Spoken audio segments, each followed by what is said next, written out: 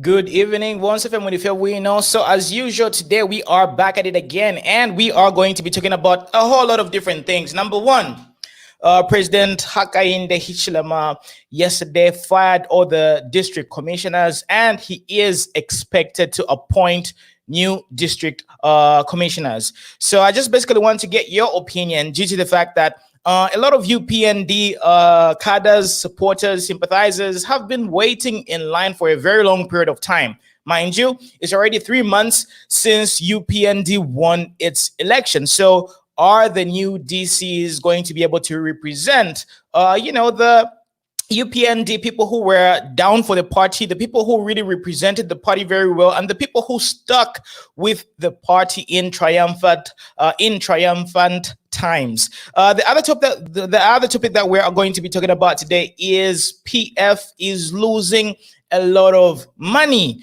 I'm a donor Z, I'm a sympathizer Z. All the good Samaritans are obviously running away from PF right now because, of course, it's not really a lucrative business to support a political party when it just loses power. Especially if you guys know the power structure in Zambia, right? Like once a political party sort of loses its position in terms of governance, right? It takes a while for it to sort of recoup and get back on its feet. So this is one of the reasons why PF is beginning to lose a lot of funding. So there's a lot of infighting within PF. I mean, we've seen all the different factions, or rather, sectors of PF. We've got this named person versus this named person. Everybody wants to scramble for what is left of the Patriotic Front. However, the Patriotic Front is still the main opposition political party in Zambia because it holds a large number of MPs in parliament, which is very significant in order for you to give checks and balances,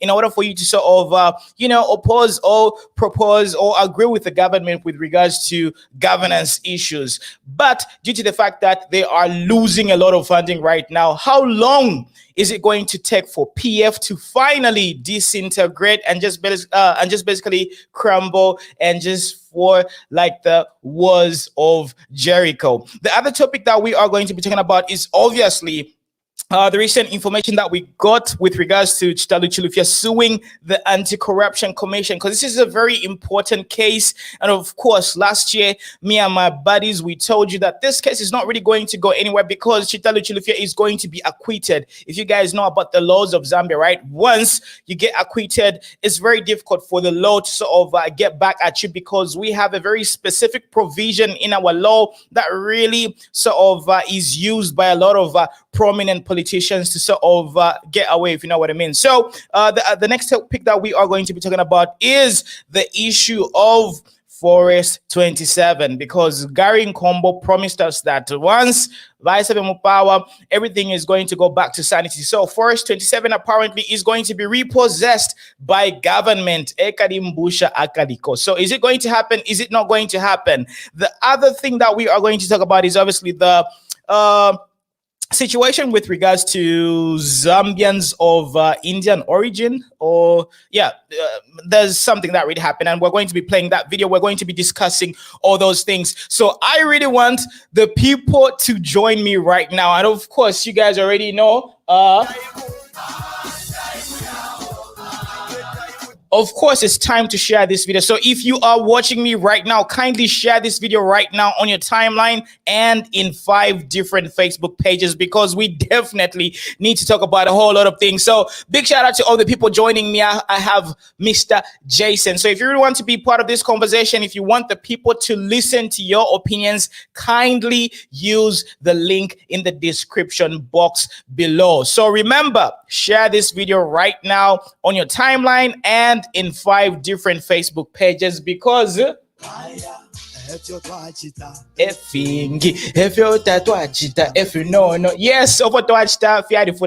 so one of the things that you can do right now is share this video. So anyway, Mr. Jason, how are you doing? Good evening, my brother. You need to unmute your mic. Yeah, good evening, brother Muna. Today you're on time, Lelo. Mudi sharp. Everybody else is sleeping. Sharp, customer, as you can see. Yeah. Umuntu ne hustling. This is why I keep on telling my people, look, that there is a social media. Kubaza to na baza. I'm not yet out of my office. Exactly. Yeah. A round of applause to you, Mr. Jason. Cool hustling. It doesn't really matter. Do a lot of different things, but of course, we have to keep the people updated. Exactly. Thank you so much, Brother Muna. Exactly. Let me just close my shop, then I'll get back to you in a few minutes' time. All right. Okay. So while we wait for Brother Jason to get back to us, we'll be waiting for you, Brother Jason. So you already know the topics. We are anxiously waiting for you. So this is another reminder to the people. So you get back to us, Mr. Jason. You can do your thing. You can disable the video in case you want to do that. So to all the people watching us right now, I know you really want to be part of this conversation, because we are here. So I have Jonathan coming to us. Good evening, Jonathan. How are you doing? Jonathan left. So big shout out to all the people watching us. Where are you watching us from right now? And please. Oh. What's the meaning of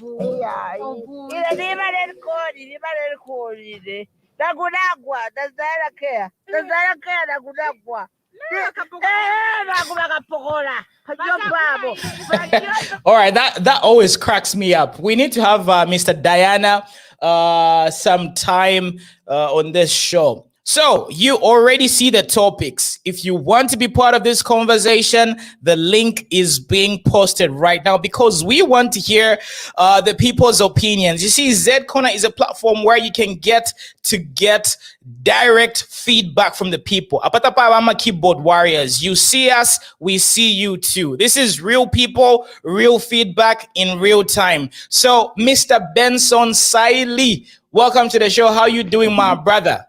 I can see you happy. How's the hustling going? Loud and clear. Today you are on. Yeah, I can. Can you hear me? You are my boss. You are the one who commanded me to buy the headset. So no, I didn't command anything. But now you are loud and clear. So, sir, do you see the topics that we have at hand right now? What do you think? Well, let's just get into this because we've got a lot of people watching us, and I don't really want to waste a lot of people's times because I'm a bandos. Yeah, they was expensive. So, Mr. Benson, what do you think about this? Can I call it reshuffle? Well, what do you call about the reset? Yeah, reset is the word that I was looking for. President Hakainde Hichilema, President Hichilema fired all the district commissioners, and he is going to put new district commissioners. What is your thought, or rather, what are your thoughts? What is your advice, and what are you expecting?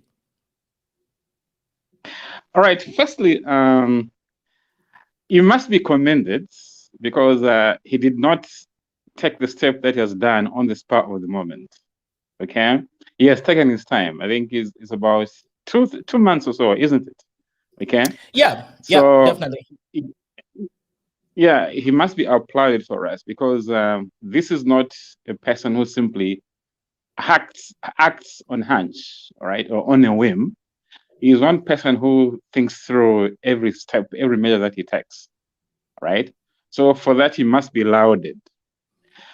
Now, the only question that I have myself is, what crimes do they commit, for them to be expelled all at once, all of them, right, without even a single one of them being returned? Okay, we are curious to know.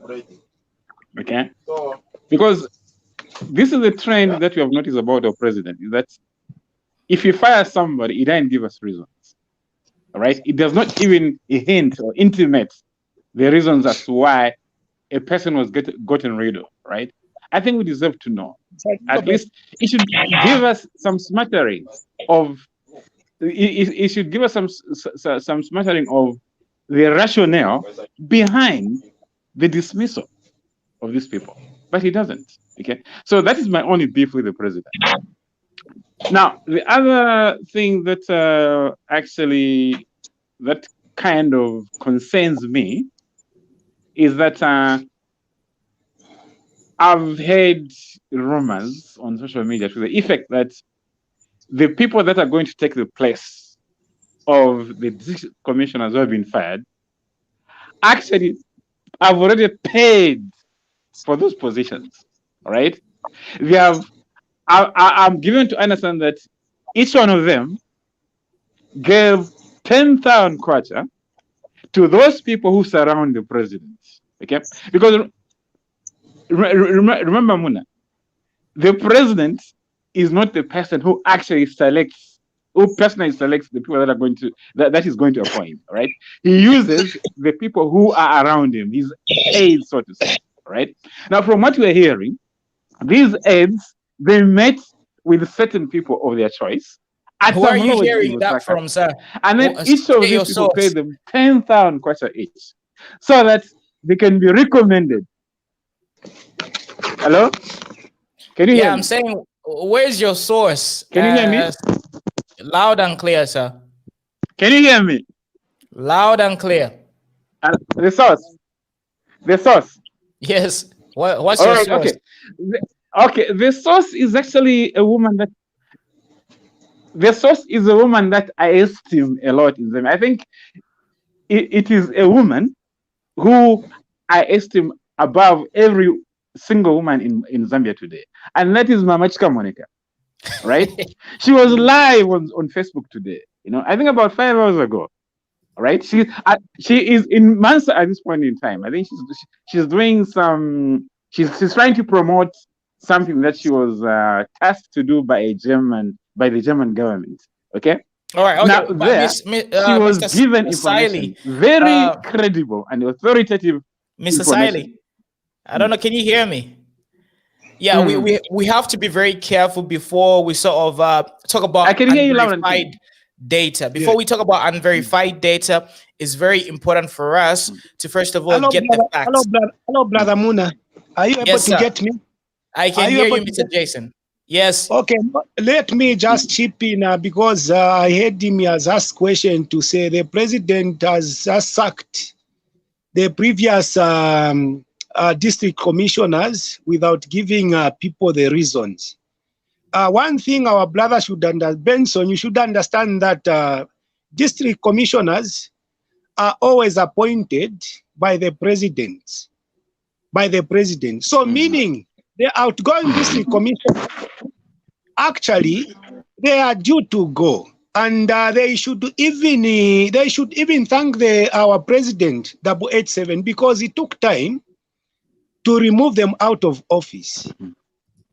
Are you getting that, Benson? So I'm hearing you, George. Yes. So those guys, I'm sure there is no excuse or to give any reason to why those guys are kicked out of their offices. I'm sure Justin, I'm not saying he's justified the step that he took. No, that's what I'm trying to say. What I'm saying is that at least he should give us a hint as to why he found them wanting. That's what I'm trying to say. It is his prerogative to hire and fire. All right, it is his prerogative. But at least let's get to know something about where they were lacking, where they were deficient, where they were wanting. That's all. Okay, I think personally, the deficiency for the outgoing commissioners, I'm sure it could be in the sense that they were attached to the outgoing regime, of which it was going to be a threat to the running of affairs of our country, especially at the district level. Because as you may be aware, I don't know if you are aware, those guys, the district commissioner, they have got influence over even the judicial system. I don't know if you know that. Actually, they are bosses. They can even command the judiciary at the magistrate especially. So the deficiency is in the sense that those guys, they were appointed by the previous regime. So in order to make things run smoothly, I'm sure it is wise for HH. Actually, most people were even saying, if you've been hearing, to say HH has removed the office of district commissioners, and it was a surprise to most people when they heard that HH has now appointed new district commissioners. So I'm sure on that one, they are due to go, those guys, because they belonged to the previous regime. They were appointed by the outgoing administration. So now it is time to have other officials from the current administration. So on that one, I don't think the president should have been giving reasons to why he has sacked those guys. I think that's what I wanted to chip in. All right, thanks, Mr. Jason. And I would love to remind the people that this is Z Corner, the community TV station where you have live feedback from real people, not trolls, not keyboard warriors, real live people. And of course, to all my panelists, you are free to interject, to argue, to propose, to oppose. It's free flow at this particular moment, but you just have to be very quick with your points. So anyway, let me move on to Mr. Mpombo.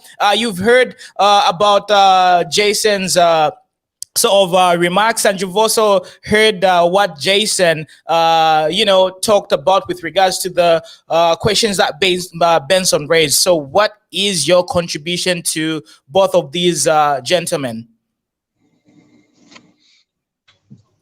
Good evening, viewers. Good evening, panelists. Thank you very much, Mr. Muna. I think the other gentleman, the one who spoke before, who spoke first, I don't remember the name. That's Benson Siley, Mr. Benson Siley. Okay, the one who spoke before, yeah? Benson Siley, when he was saying that the president has to explain the reasons why he's changing. Mr. Benson, I think you and me, when we do a reality examination, we know that many things went wrong in the past government. And you and me, I think we know also that there was a lot of corruption in an industry or in a company. When you want to renew or to do something better, I think you have to change the administration. It's a normal thing to do. And the reason, I think our president has only a general reason to try to change key positions, because those who are holding power now were part and parcel of actions which probably they were not the ones who were responsible, but they were part and parcels of that government. Unfortunately, I would say this is unfortunate, because some of the Zambians, I think they are going to pay a big price when they are not even involved. But they are going to pay a big price because Isavio Kubola, Mr. Muna, Balanda Shan Muchiwem. Yambira kumutwe. Yambira kumutwe. Nombe Savinga, Umutwenga na Ubola. We share the body of the fish in Chituntulu. Kabiri Isavio Kubola, Yambira kumutwe, Ngaliabola kumutwe. No mubili we Sabina, we Nanishina Ubola. I will have to say this. All the Zambians, our brothers and our sisters, even the PF who are in the government, they are our brothers and they are our sisters. But the system of government was very, very bad. So, Balanda Muchibembati, no Shalimo, Mamone, no Shalimo, Mr. A gentleman, I think some of the Zambians are going to be changed. They are going to be pruned. Probably they never did something wrong, but they were part and parcel of the governing system. And this is it's just another step forward.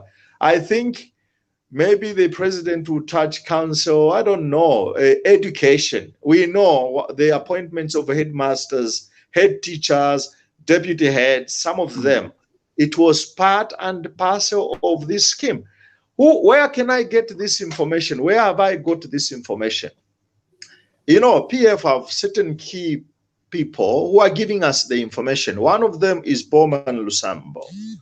Bowman Lusambo, he has already given the Zambians information. He said, we are still ruling the government. We have key people of the PF who are in key places. So we are still ruling. Who said this is not me, but it's Bowman Lusambo. Another person who said the same thing is the SG for PF and also Mr. Chishimba Kambwid as well. These guys are very good font of information. When we want to know something about Lungu, let's just ask Chishimba Kambwid. He tells us. He has told the Zambians a lot of times. How can you work with people who are like that? I think there is no doubt. That is my position. I think there is no doubt. There is need just to change.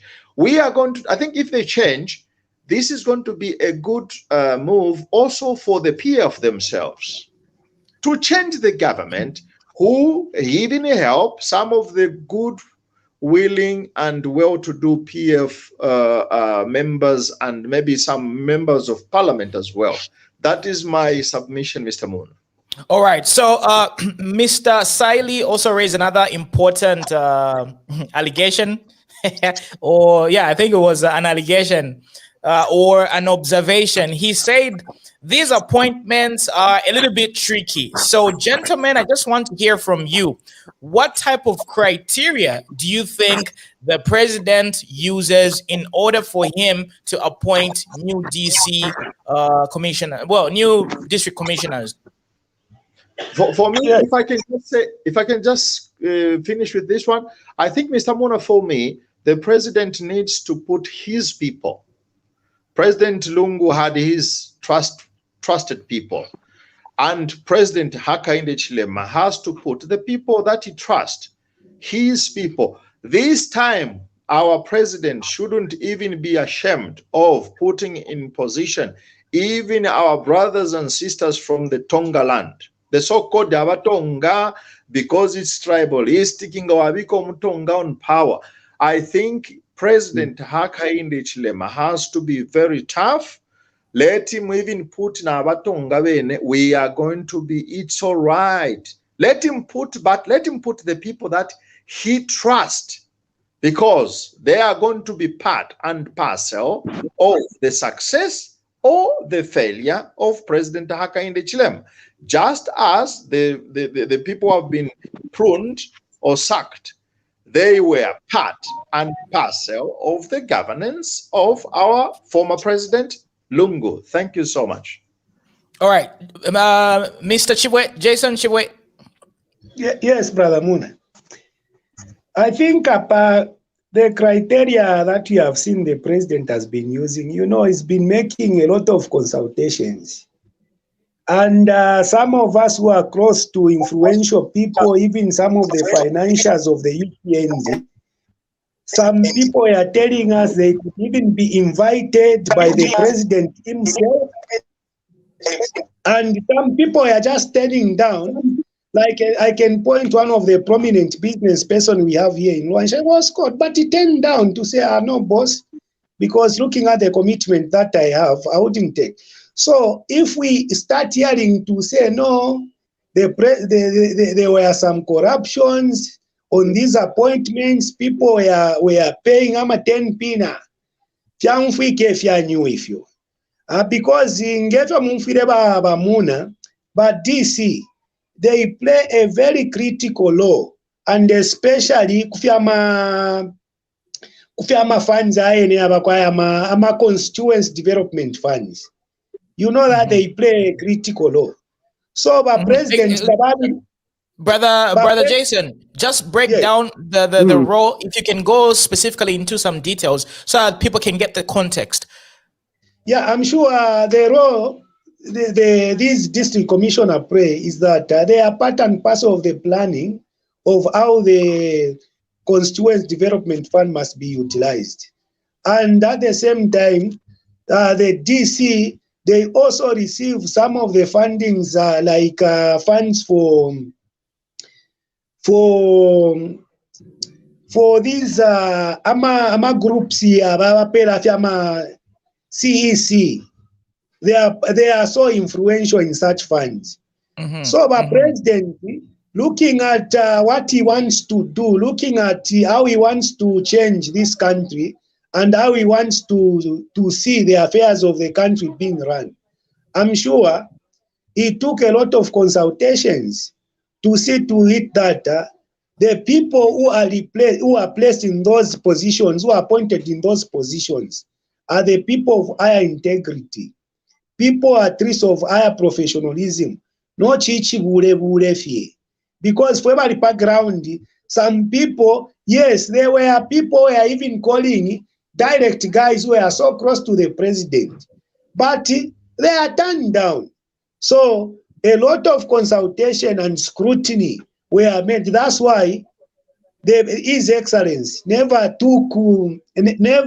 be in ST to appoint a district commissioner. So hapa hii ripoti hapa tumwene criteria wa president babomfesha hapa is looking at quality and people of high integrity. That's all. There is nothing like ukubosha hapa.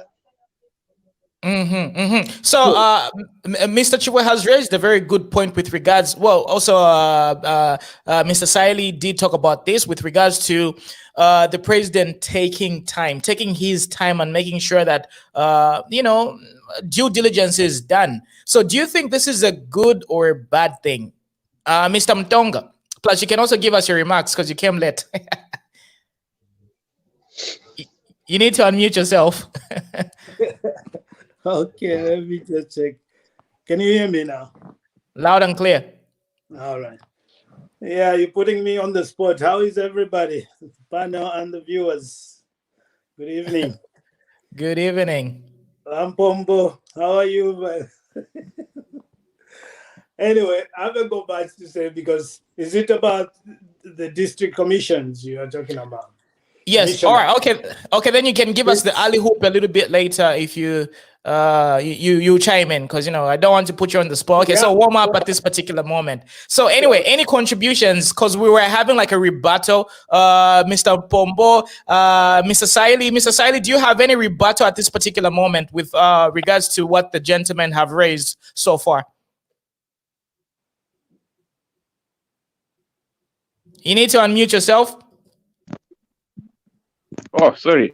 Okay, yeah. All right. In terms of what specifically? In terms of what the gentleman answered. All right. Hello? Okay. Can you hear me? Yeah, I can hear you. It seems today people are sleeping. What day is today? Today is a Thursday or Friday. People are already in snooze mode. Anyway. Anyway. No, I can give you a comment on that. Anyway, just all right. Okay. Mr. Mtonga, go on. What my brother said about district commissioners. District commissioners were very important people. I mean, they are like the district president of the district, and they literally even people when they're coming. I remember when we went to Eastern Province the other time, we found that there were so many people visiting him, even foreigners, visiting one of the guys, and it was like this guy is more than you see it in the president and all that. They are in control of the district, and most of the stuff that happens, they have a part in it. They have to make decisions. They have to be part of the decisions each constituent makes. So they have influence, and most of them have, all these to do with finances. They have a part in it, and most of they are influential also to decisions being made within the district by even the legal system. So these guys will literally, they have a hand in most of the stuff that happens. So you have to have people that are of integrity and people that you trust, because they'll literally bring him down if he didn't take these guys out. They have so much influence, and he needs to clear them out because it is time to start. He's doing it systematically and meticulously. He has a plan. I think he's right. He's doing it fine. I know it's slow, but he will come to eventually to come to an end. We'll clear the whole PF cartel out of the government system. Definitely. And the other thing that I would love to clarify, or rather seek your clarification, gentlemen, is a lot of people have been raising, questions with regards to when are the UPND cadres, aka sympathizers, aka the people who really suffered a lot during the opposition era. When are they going to get rewarded? So, due to what I just said, right, do you think at this particular moment, right, at least now is the time for the UPND governance to sort of show that they do care about the other people and they do remember them? So, Mr. Jason, I think you've got a lot of insights because you're close to the party structure. So, what is your take on that? Yes, I think, Brother Mona, on that one, let me just use Bemba so that everyone can catch me. Sure, go ahead, sir. Pakulima ngaturelima. Ngaturelima. Tenshita yakulyawe. When I can say that UPND is at the city state or at the seedling state. They have just assumed the office. Are we together? UPND has just assumed an office. So for everyone to start saying, how to take up benefit, because if every one of us, fueba wabwasane mpiri piri ama tear gas, fueba ingire na mahiding, tuambo kulandefyo. Nishi tualasango kweba that we don't have good intentions for our country. Because if you are a well-meaning citizen or if you are a well-meaning family member, ufwile wamona tawe, tuleli mapa elo tubiere. So tetuambio kunukula ama seedlings palape no ambio kushitamo benefit. You have to give it time. When that time comes for harvest, that's when, if you are bypassed, that's when you have the right to start complaining to say, how come we suffered so much? And sometimes how life is, you need to sacrifice for certain things. Because whatever that we do in this life, it is not just go unnoticed. In one way or the other, you discover that you are rewarded. Like those people are saying that if look at the peace that we are having this time. Imagine if PF retained power, how would it be? At least people can be appreciative enough to say, tulepema ko oxygen ile pita, Fuebali affiliated to UPND, Fuebali Chitama businesses. We are able even to come live and be able to contribute sentiments. Because to be free, no one is going to be there to threaten us. So it is one of a payback. We are paid in one way or the other. So it is not everyone. There is only one office of district commissioner in each district. So if 10 people comes on board to say want to be district commissioners, then it means people don't know what they want for this country at the end of the day. So if people start complaining to say, me, I want to benefit, me, I want to participate, Mwala Sangat, at the end of the day, we are going to have wrong people. We don't want in UPND to witness what was happening in UPN, in PF. Because what killed PF actually, it was the battle within. They started fighting each other. Everyone was fighting for a single office. As a result, PF it created actually the intelligence for UPND. Because whatever was discussed inside UPND, before Tabala Chitana execute, UPND already got information. So if UPND is going to follow suit in the same way, to at people who have qualification, we can be qualified in different areas. Like personally, I'm a businessman. So the only thing I can ask maybe is empowerment. Capital go extend. Not that kumanisha. So the most important thing for UPND members, what I can advise, is for each and everyone to understand his or her strength. Otherwise, if we start fighting, at the end of the day, we are going to have confusion. If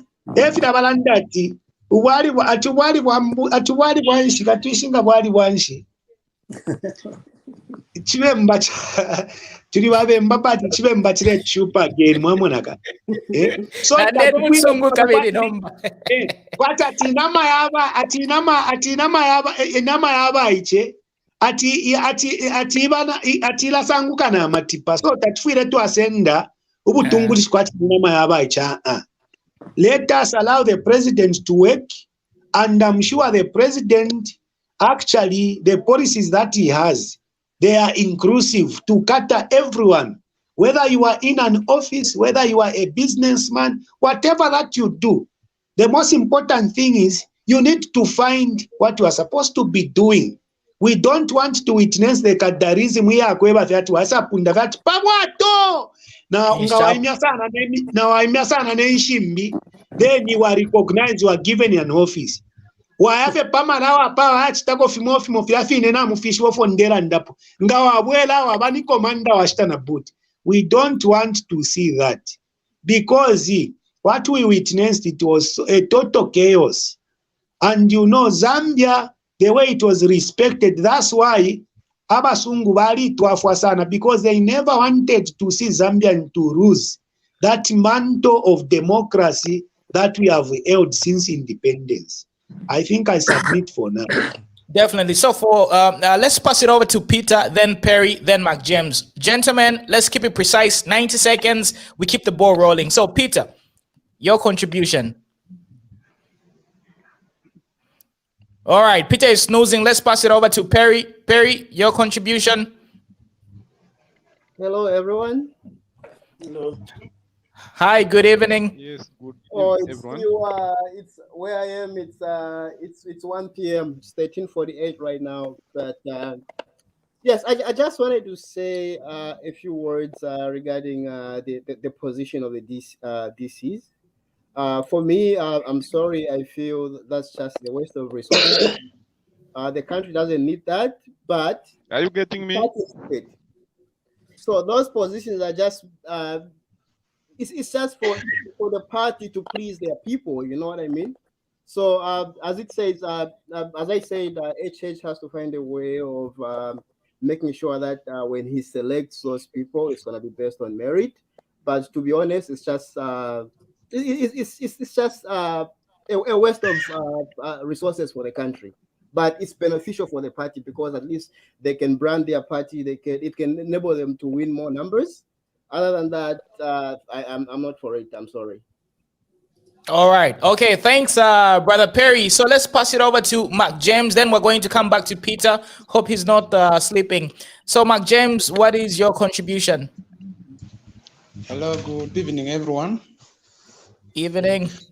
Yes. Muna, I just want to echo the question that you have asked, and I somehow believe what Mr. The previous that's Brother Jason.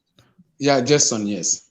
One thing we should understand is that no matter what, all the cadres, all the people that helped UPND, those members of UPND, if they all wanted to be employed or to be recognized by given employment, that is not attainable. They should understand that even when we try to follow those who have got qualifications, there are so many such that they cannot fit. We are talking of certain positions like permanent secretaries. It should just require one person, district commissioners, just one person, and they are a lot. The thing that they should understand is that the level playing field, because even when you do whatever you want to do, at the end of it, you need to work for you to generate income and to sustain yourself. So if the playing field is leveled, that is the greatest payment the UPND or the president would be able paid each and every one of the members. They should take that into consideration. It is not that possible. And one thing they should understand and realize that the president had earlier on put it clear that there is no money that they found in the coffers. If that is true, then you know that all these things people are crying what and what, it cannot be done now. The president has been saying that wait for the budget, and it's just a month from now. will be in 2022. So we'll see the budget working, we'll see some money circulating, we'll see some money going into various areas. That's why now we can tap in. And if the ground is so smooth that we can do business, we can do whatever, we can do good, then the government or the UPN would have paid those members. We know that a lot of people, there are those who were vocal, there are those who were arrested and whatever, but the fact is that you cannot all be employed. So let's just pray that we can do our own things, work, because even those who work for a salary, at the end of it, you need to invest your salary, which is in business. And if the environment is not conducive, then even when you put your money and everything, there is nothing that you yield at the end of it. So my take is that, or the greatest achievement or pay the cadres they can receive from UPND is that the ground is made level such that each and everyone can learn, can do their business with the little capital which is there. And when the budget is start running, I hope all those monies we're talking about, the CDF and other things, they'll be available to the district, to the constituencies where each and everyone is found. And from there, you can, this one you can get, that one you can get, whether it be loans and whatever. Then from there, you can thrive. From there, you can start doing your own things, and you can be a great man and a great businessman. And that is the payment that the government would have done to you. Thank you. All right, thanks, brother Mark James. So let's move over to Peter. Peter, I hope you are ready for us. So, Peter, what is your contribution? Yes, I'm ready. Good evening. Good evening. Go on. Are you getting Go me? on. Yes. Thank you so much. My contribution, that first and foremost, I just want to express my happiness to participate in this program today. And my take, I think, on this one is on my own perspective, the way I looked at the position of the district commissioners. I don't know if the district commissioners that will be appointed in this new Dawn government will be different from those that were there in the PF government, because truly fewer cadres who are promoting party and power instead of being civil servants. They had more to do with the party other than to do with the job of a civil service. Maybe they did not understand, but I think they could do that because they were appointed by the authority and they wanted to pay allegiance to the authority, therefore compromising whatever that is supposed to do as in the service. The office itself is okay, but the way the office being run, the way the office means the issues to do with governance is the one which had question marks in my mind, saying that truly, is this office necessary? If truly the office of the DC is to operate in the same way, the way it used to operate in the PF government, then for me, I think it better go, not coming back, because it's a drain in the national coffers as they don't contribute positively to the growth of this nation. Secondly, I sympathize with the President HH himself, because he has got Sir, an uphill Mr. battle Piri, to fight. can you remove the mic is too close to your the mic is too close to your mouth, please. so the sound is muffled. Just give it like a good distance between your mouth, but it has to be audible, but not so close, but not so far away. Is it okay now? Now take it a little bit closer, but not just too close. Is it okay now? Yeah, a little bit distant, but anyway, just go on. It's kind of poor, but anyway, just move it close, but not super close. I was saying that the president,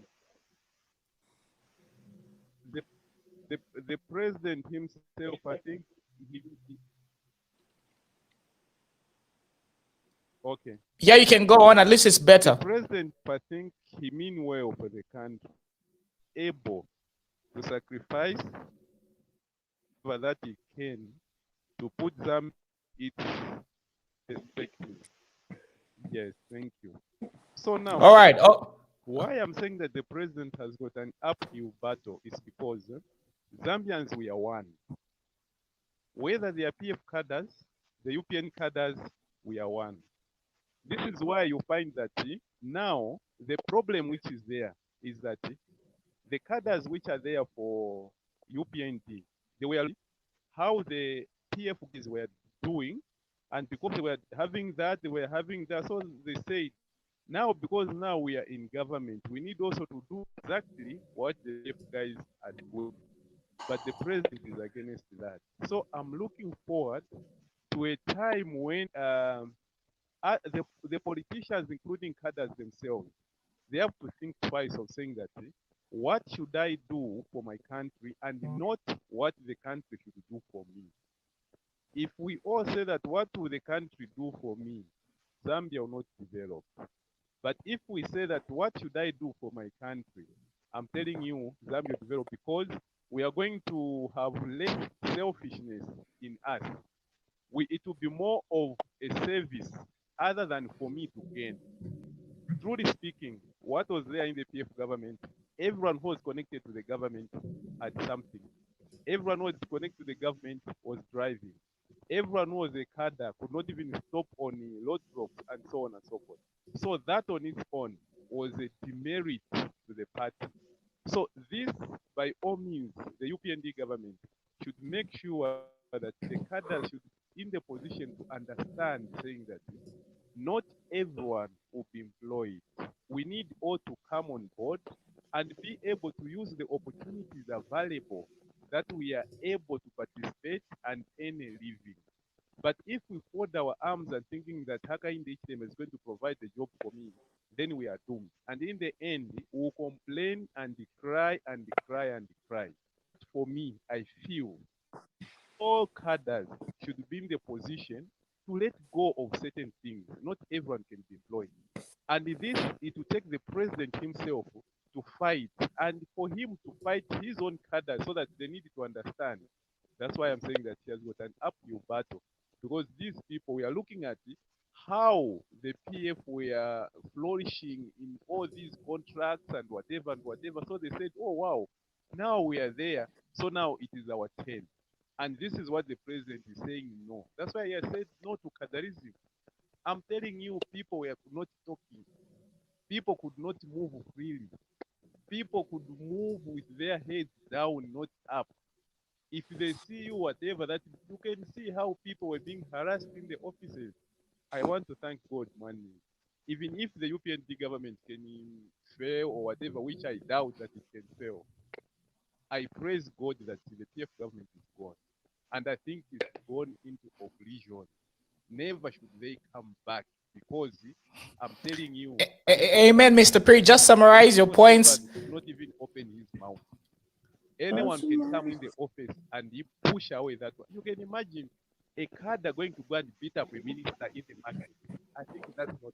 So my point, the way I'm summarizing, is that I'm urging the president to be firm and let him firm and in the position to of his own people, so understand that he cannot employ. He will just conducive environment which is going to be beneficial for someone who is not folding his arms, who will say that I need to stand up and do something. But to wait and saying that the president is going to give me a job, the president is going to give me what this. Those are the people who will be crying, and tomorrow they will call someone to be a bad person. So I think with this submission, I salute you. Thank you so much.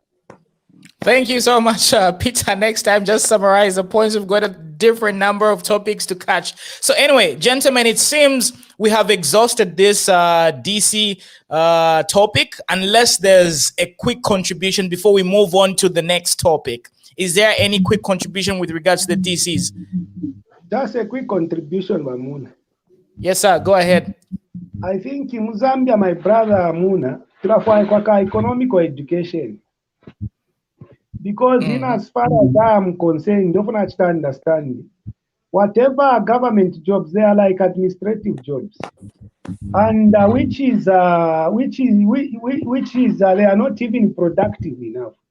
Because if we look at the economy of a country, we need to look at how many people are able to produce this much, so that we are able to push our economy to that end. Nomba mwalasango kwe bat iringirine nama Zambian tatrafika pada stage ya kwe bat I can even say if I'm mentioned 25 by the time I'm reaching 40 I should quit, because we don't understand the economy for Iwomba. Bonse tuko mama offices. That's why mwalasanga tualituka kumabala tualibutuka nchitwesha rekana because we don't have that economic education. So ka economy since my president over tukwete but to understand we know economy nefo economy ngachita beauty chalo. I'm sure bafwire bareta kwa ma programs akwe bati yambo kuchitako sensitize abantu noti abantu bonse nangwafuma ku college abebutukira tonse atwingira. Some of us travelenga ko twakuberenga but tatutontonganya poneta akwe bati one day I need to find employment. No, the only thing that we are chasing now is just the funds, so that we empower our own enterprise. Because at the end of the day, unakwataka company torasanga ti economy ya chalo yala chitikabili nomba not impiesha kufura pe jonse pasara di wafula wa spenda mwaka manzi wa spenda mpepu kaenga bakusonta budisi kakwera nomba no kuchinjwa kwa kushtakiti kula chinji so tufire to akwata oka education kadaka beba so economy ya chalo ibomba shani elo kuchitwa ibooster shani because chilata puisha masanga chumuntu ale chita business ala tsana nika teaching after bamposta maka business akachita abandon dependence pa salary at the end of the day I kasabanya na malone. The reason is so simple: we don't have financial management education and how the economy works. So we need to consider to say for a country to boost its economy, there must be a lot of productive activities, such that when we produce, and the circle goes on just like that. So for 3-5, I think I submit on that one. All right, gentlemen, is there another quick contribution before we move on to the next topic? I have some powerful stuff to play you. So while I'm curating the content, does anybody want to contribute as well? Just unmute yourself, then go on.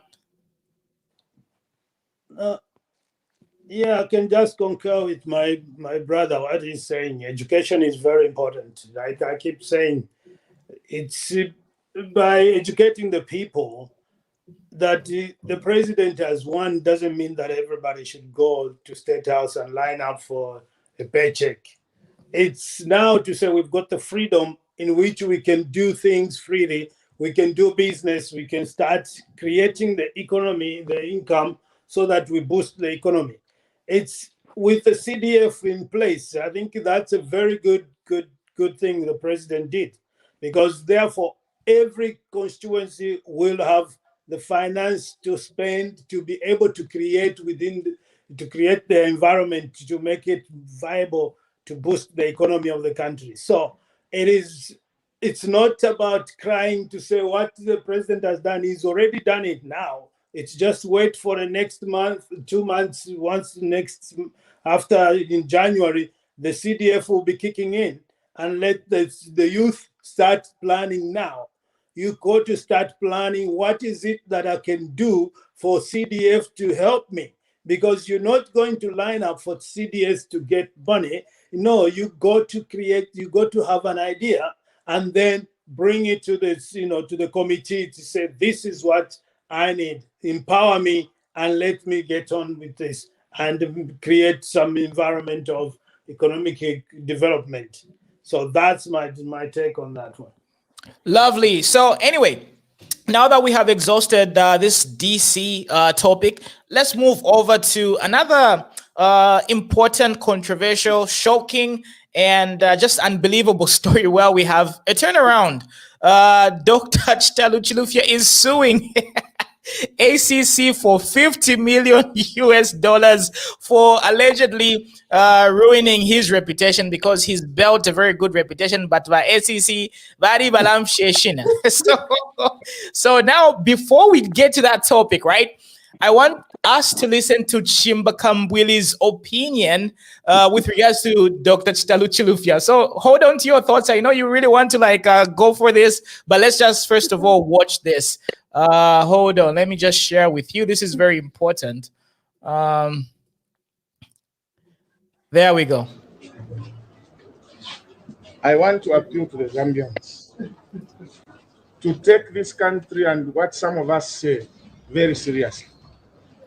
Because things that I talk about, it's not for me, it's not for Jackson Mwangaka Mwalala Kambwili, my father, it's not for my children, it's for the country. And if you people of Zambia don't want to take this country seriously, don't complain of hunger. Don't complain of suffering. Because we are also getting tired of continuing talking about things, and yet you, the people that are affected, are not taking it seriously. This country, we need to say enough is enough of the stealing by this government. It is becoming too much.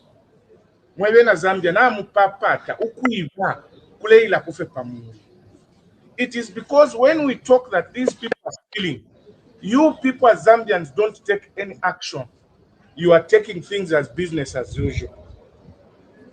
Look, President Edgar Lungu over the weekend went to no, not Kasama. Chinsali, not Chinsali. Luingu, to go and do a groundbreaking ceremony for a construction of a hospital, which they are calling Bangweulu Regional Hospital. The regional hospital that he went to inaugurate, 3 of them are being built 1 year in Lusaka, same design. After the airport, near the airport, they are building a Lusaka, what they're calling specialized hospital. This Lusaka specialized hospital is going to cost $34 million, together with all the equipment and the training of the personnel for 6 months. Another hospital is going to be built in Chief Kalindawalo's kingdom, whatever area, in Petauke. It's also going to cost $34 million with all the equipment and training the staff for 6 months. Another one is going to be built in Chinsali. Same structure, same mode. The only difference is that the one which is going to be built in Luingu, Bangweulu, the tender and everything was done within the Ministry of Health. While as these other 3 hospitals, the tender was done by Ministry of Infrastructure Development. Now listen to this. The ones that were done by Ministry of Infrastructure Development were all costing $34 million. The one which was done by Ministry of Health under Chilufya and his girlfriend, who is a PS and who is the chairman of the tender committee, the same hospital is going to cost government $154 million. Shame. 150 more. Do you know what $154 million can build? Money. Do you know what $154 million can build? It is a building bigger than UTH. That's what they are building. A general hospital. This thing is going to a general hospital. A general hospital to cost $154 million, while 3 general hospitals in Lusaka, Kalindawalo's area, and in Chinsali are costing $34 million with all. Hello, President because first and foremost, why should President Edgar Lungu allow? So anyway, there we have it. That was from 2019. That was before Dr. Chimbakambwili became a lunatic, because he said himself that if he goes back to the Patriotic Front, we can legally call him a lunatic. So that was before his mental, withdrawals, if I can put it that way. Of course, respectfully, because those are his own words. Anyway, according to that clip, right, in 2009, according to what Dr. Chimbakambwili said, right? The hospital, which was built under the Ministry of Health, of course, that time, the Ministry of Health was being headed by Dr. Chitalu Chilufya. According to Dr. Chimbakambwili, the hospital which was being built built at a very exorbitant fee, which was way more than the exact same hospital. So all these are the different allegations as far as corruption is concerned. But of course, we also remember the fake condoms and the medicine and all that stuff. So gentlemen, my panelists, what do you think about this new incidents that happened where we saw Dr. Chitalu get to sue the Anti-Corruption Commission, and he demands a $50 million sort of compensation for allegedly ruining his reputation? So who's going to go for that? What do you think about this whole turnaround?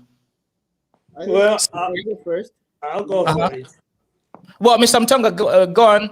90 seconds. I think he's a lunatic in the first place, because this guy, we know what he has done. We know that even that which Kambwili is talking about, that's 5 times the cost of the same design, same structure, 5 times. So where did the money go? So they shared the money, he took the money. We know about the fake condoms. We know about the honeybee, farmers. All these things, they're very clear that these were deals which he did. And I blame ACC for this, because they were discussing the issue of Chitalu, and they were saying, oh, we don't think we have a case with him and all that.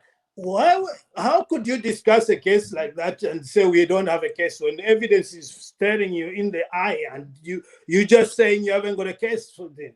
This is what maybe some people were involved in it, and now, this guy wants to waste their time, to divert their attention now to him, and him been suing them, put fear in them so that they don't go after the people that have stolen money.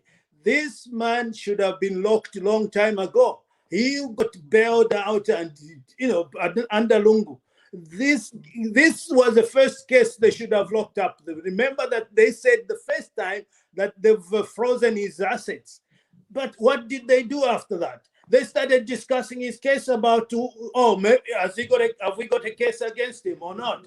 That was pathetic to hear on the, these guys needed to move in and get this guy, lock him up, and it's a pity the president has said, you can't lock people if, this guy doesn't need investigation. Everything is plain and clear. This guy, he's a thief, he has stolen, get him in, lock him up, let him pay back what he has stolen.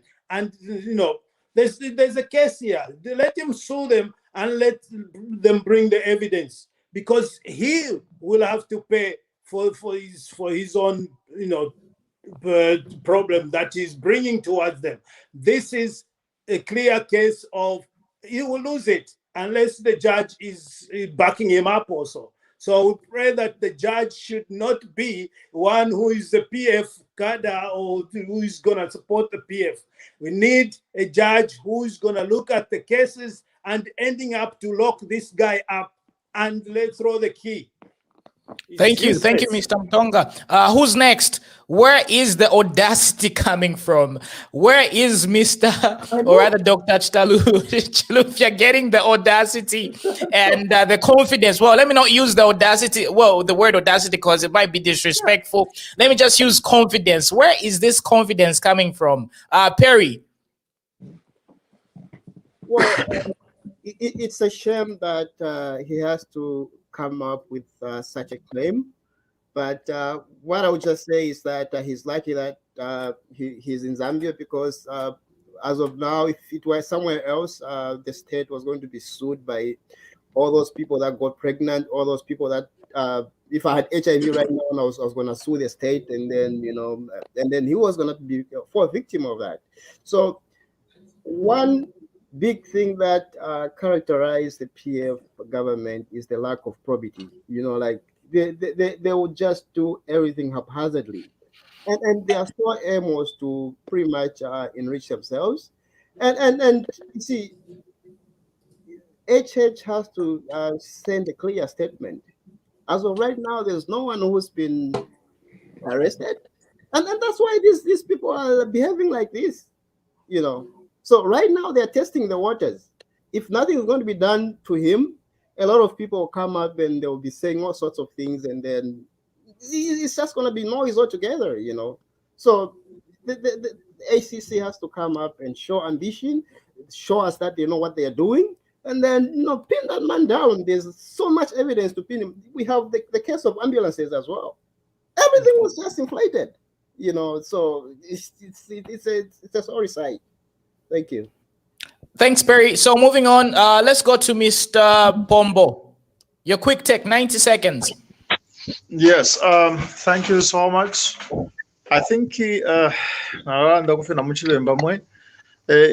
is annoying. Chile tukalipa kwena, chile tukalipa no tukalipa kumfa abantu ukuwela muri umusango. Nomba bengi abena Zambia ngefini, I think the former speaker was saying abena Zambia bati inena inenga chakwati nasasa ngapati nalirwala ubulwele obwini ati HIV ngana lirwala kwena kuchina abachitasumu chitasu na kwata kuna akandalama abena Zambia na bakwata na bena opportunity kuti wakwata akandalama nomba it's very sad. When that scandal happened, in a research that I participated kuli Muisha's Bakwetu program, na tualisala nshanya pokova tiao mwewantu. First thing, such a scandal, the minister was supposed to be fired. Just accepting that they were expired drugs, just that. Whether he was responsible or not, he was the minister and he deserved to be fired. Yeah. Then whether there's somebody else who ordered those men, that is the second step. First, minister involved in a drug scandal, fired. Then elo bengi mundi ba PF wala bengi chitotela kanganja on the shootings aba bantu bengi katwishirimbine nshishiwe, but somehow ba president besunga balanda chao and therefore step into systematically I'm trusting our president, but in that aba bantu bakabutuka fyefi aba balumendo abayichawe na matomola balandira chao kanshi tukanomba kuri ba president tukatware na shani uko bakafunye fe immunity aba president balungu na kalimo. I think it might be a good idea pan tukwena ngata bakafunye immunity bonse aba bananikana ba Chitalu Chilufya lungu alilanda chao takwete mulandu wale teke chalo ni balungu kanshi kuti kwa bano kupusha balungu mwashire pusushe shani we minister we washitire ama drugs ayabo kuipusha naomba bali kwata immunity only on this point kuti namona ko batirimbi chachini okufunya ku ka immunity kaba kateka beso bale tuteka limbi. It is a good idea. Anyway, many scandals. It is just an embarrassment of listing down how many scandals. So mwebantu bachitalu Chilufya ukulanda bakalalanda, but he is very wrong. The man is very wrong, and I'm sure he might be jailed sooner or later. This gentleman might be jailed. If he is not jailed, then what about financial corruption? What is the essence of going after corrupt people? There's no essence if such a scandal goes free. Thank you so much. All right. Thank you, Mr. Pombo. Who's next? Go for it. Anybody? Mark James, you can go for it. Unmute your mic, then go for it. Give us a quick take. 90 seconds, we move on. Thank you very much. I think the issue of Dr. Chilufya Chitalu, somehow, I blame the current government, because from the time the PF left power, it's like the new Don government, they still have got, they believe the PF would still have got that experience. So whatever they say, it catches them, that they would want to study what would be the implication of what this one has said and whatever, even when they know that it is wrong, because they believe these guys have been in power and they understand all these things. That's where I think the first problem is. Then looking at the way Dr. Chilufya Chitalu is trying to, yes, he's right to try to threaten or to prosecute the ACC, but there are these scandals, like the way Mr. Chimbakambure has put it. Those records are there. Those are the evidences which are there. So it doesn't require somewhere to go anywhere, what and what. With the Dr. Chilufya Chitalu, he's just trying to threaten, because he knows that if I say this, other people will be jittery, other people will stay rairo, because they know they've also studied the UPND guys that they still have got that kind of jittery in them. So the best, we just require men and women who are courageous to come up with all these evidences which are there. And you know that at some time back, somewhere 2019 and whatever, there were even certain infrastructures linked to Dr. Chitalu Chilufya, of which it is very easy even to start investigating those, just starting from those, getting those things. He should prove to the nation or to us, the Zambian, how he managed to get, looking at his salary, whether a minister and whatever, all those things, they're supposed to be records and whatever. It is so easy, but he's just taking advantage of these guys in UPND, because they seem to be somehow jittery. There is a scandal of the 17 million US dollars of a company which was awarded the tender, which is non-existing, according to what we were hearing. All those things are there, evidence is there and everything. So it doesn't require somebody really or to just, you know, evidence is just there. It's just putting up all these pieces of evidence. People come forward and prosecute him. Otherwise, all these rantings is trying to say is just want to threaten, so that the lying dog should roar again, so that it remains and time is moving. So it's up to the UPND people to wake up to see all this. It's not only Chitalu Chilufya. So now they will concentrate on what Chitalu Chilufya has said about the 50 million US dollars and whatever, when there are other issues, other people who are supposed to be investigated. So my take is that the UPND government, even the president himself, he should not think of that when we follow a minister, then it is political witch hunt. No. These are the people who are heading these departments. You don't expect the government to come to me, who are not in the government, who is not heading anything, to start unless, but those are the people, and it is on record that even the former president himself, he said that my ministers, there is issue that you are corrupt. He knew about these corrupt issues. So it's just a matter of following them. Don't expect to start following people who are not in the government offices, who are not ministers. We start from the head there. So when you follow all these people, there is nothing like political witch hunt or tribal things. There is nothing like that. Only those who are involved. If there are any other people, those who are linked to them, they will also be followed. But these we know those people who are linked, those people we know, because even this infrastructure they were building, it's not that it was the minister themselves who were building. They hired contractors, they hired other companies to build, and those companies are there, and there are people who are even working on those same infrastructures, and they've got those evidence. So it's just a matter of also the Zambian people to be patriotic, to come up so that we get what was taken away from us. And these are the same monies that we are complaining that the European government not find any money in the coffers, because monies were going all those various ways. But people know. So let us be patriotic. Let's just come on board. Let us say what we can seize.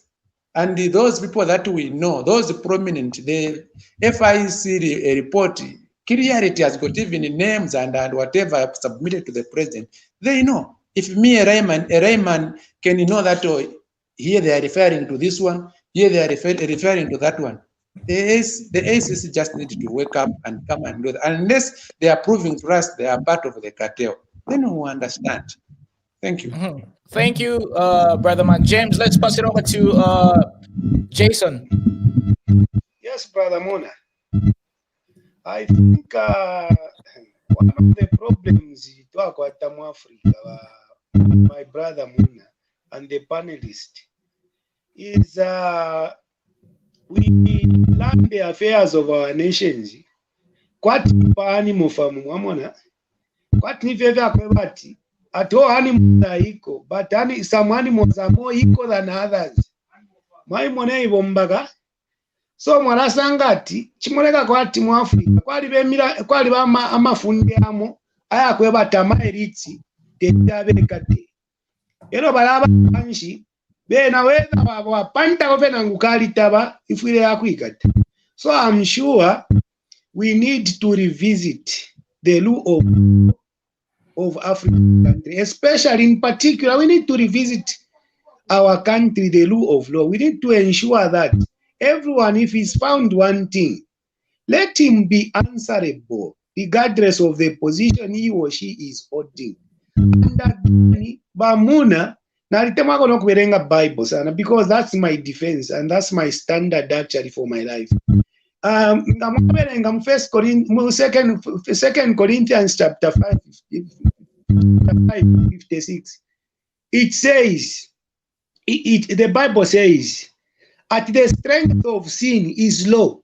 So certain laws, today have if you have immunity, because it's like fila pera guarantee abantu kuchita misbehave. If I got that ngapona vye parapene no kwamba kumutimbo tuma questions mwamono mundu. So that even when they are holding offices, that thing will be clicking in their heads that kuti yaku ikateje ijere. Now if you give a law to somebody who is manipulative, it is so dangerous. That is the only problem we have.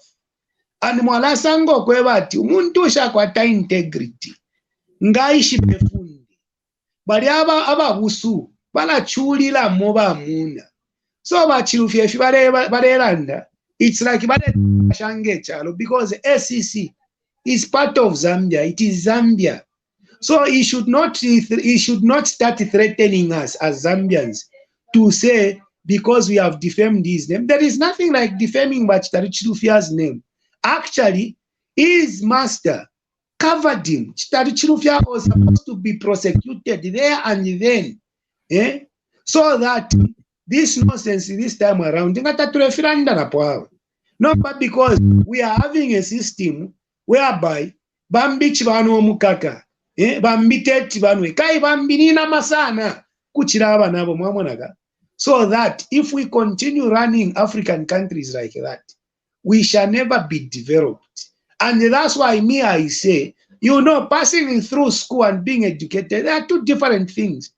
Because actually, we have claimed that we are independent, but mentally we are still preoccupied with a slavery mentality, whereby we don't want always to do things right.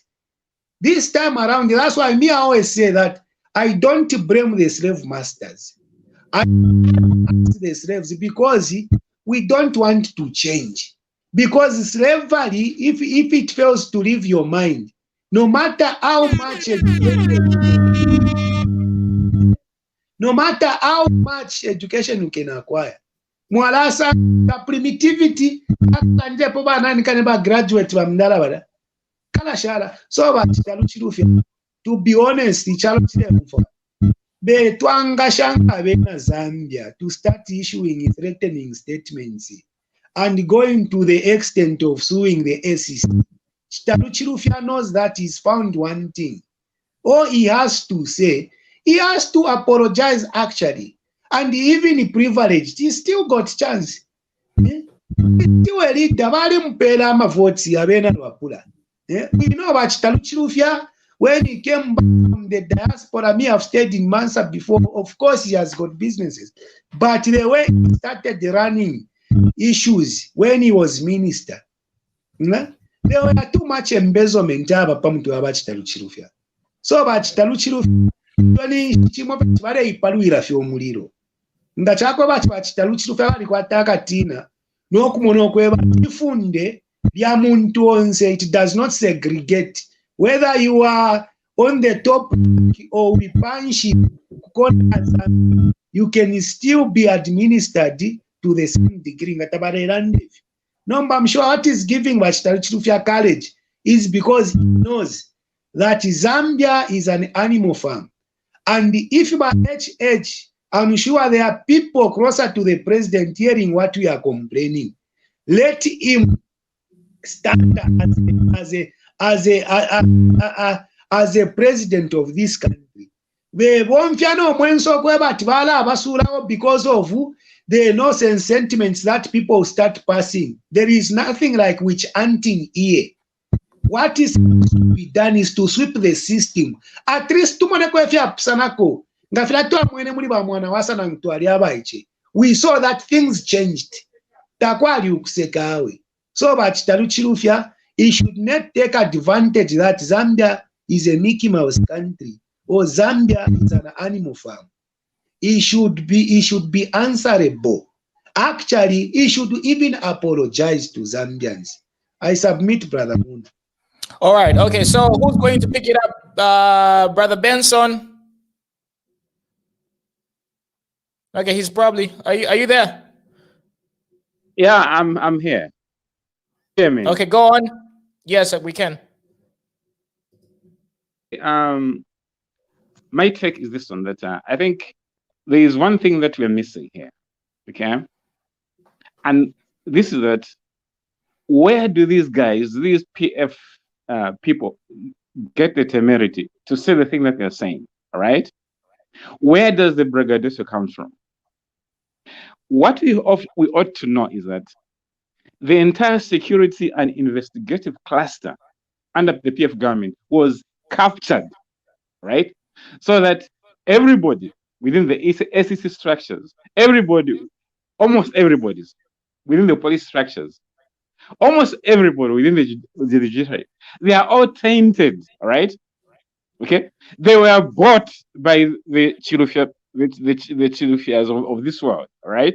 So that there is no way they are going to be brought to book by the same people who they used to pay, the same people that they used to bribe, right? They used to give them a lot of money, right? They used to give them a lot of backhanders. So when you see Chilufya, the likes of Chilufya, meaning when the others trying to cock a snoop at the powers that be, they know where they stand. They know that there is no way Satan can cast out Satan. There is no way the ACC are going to investigate the very people from whom they were taking bribes.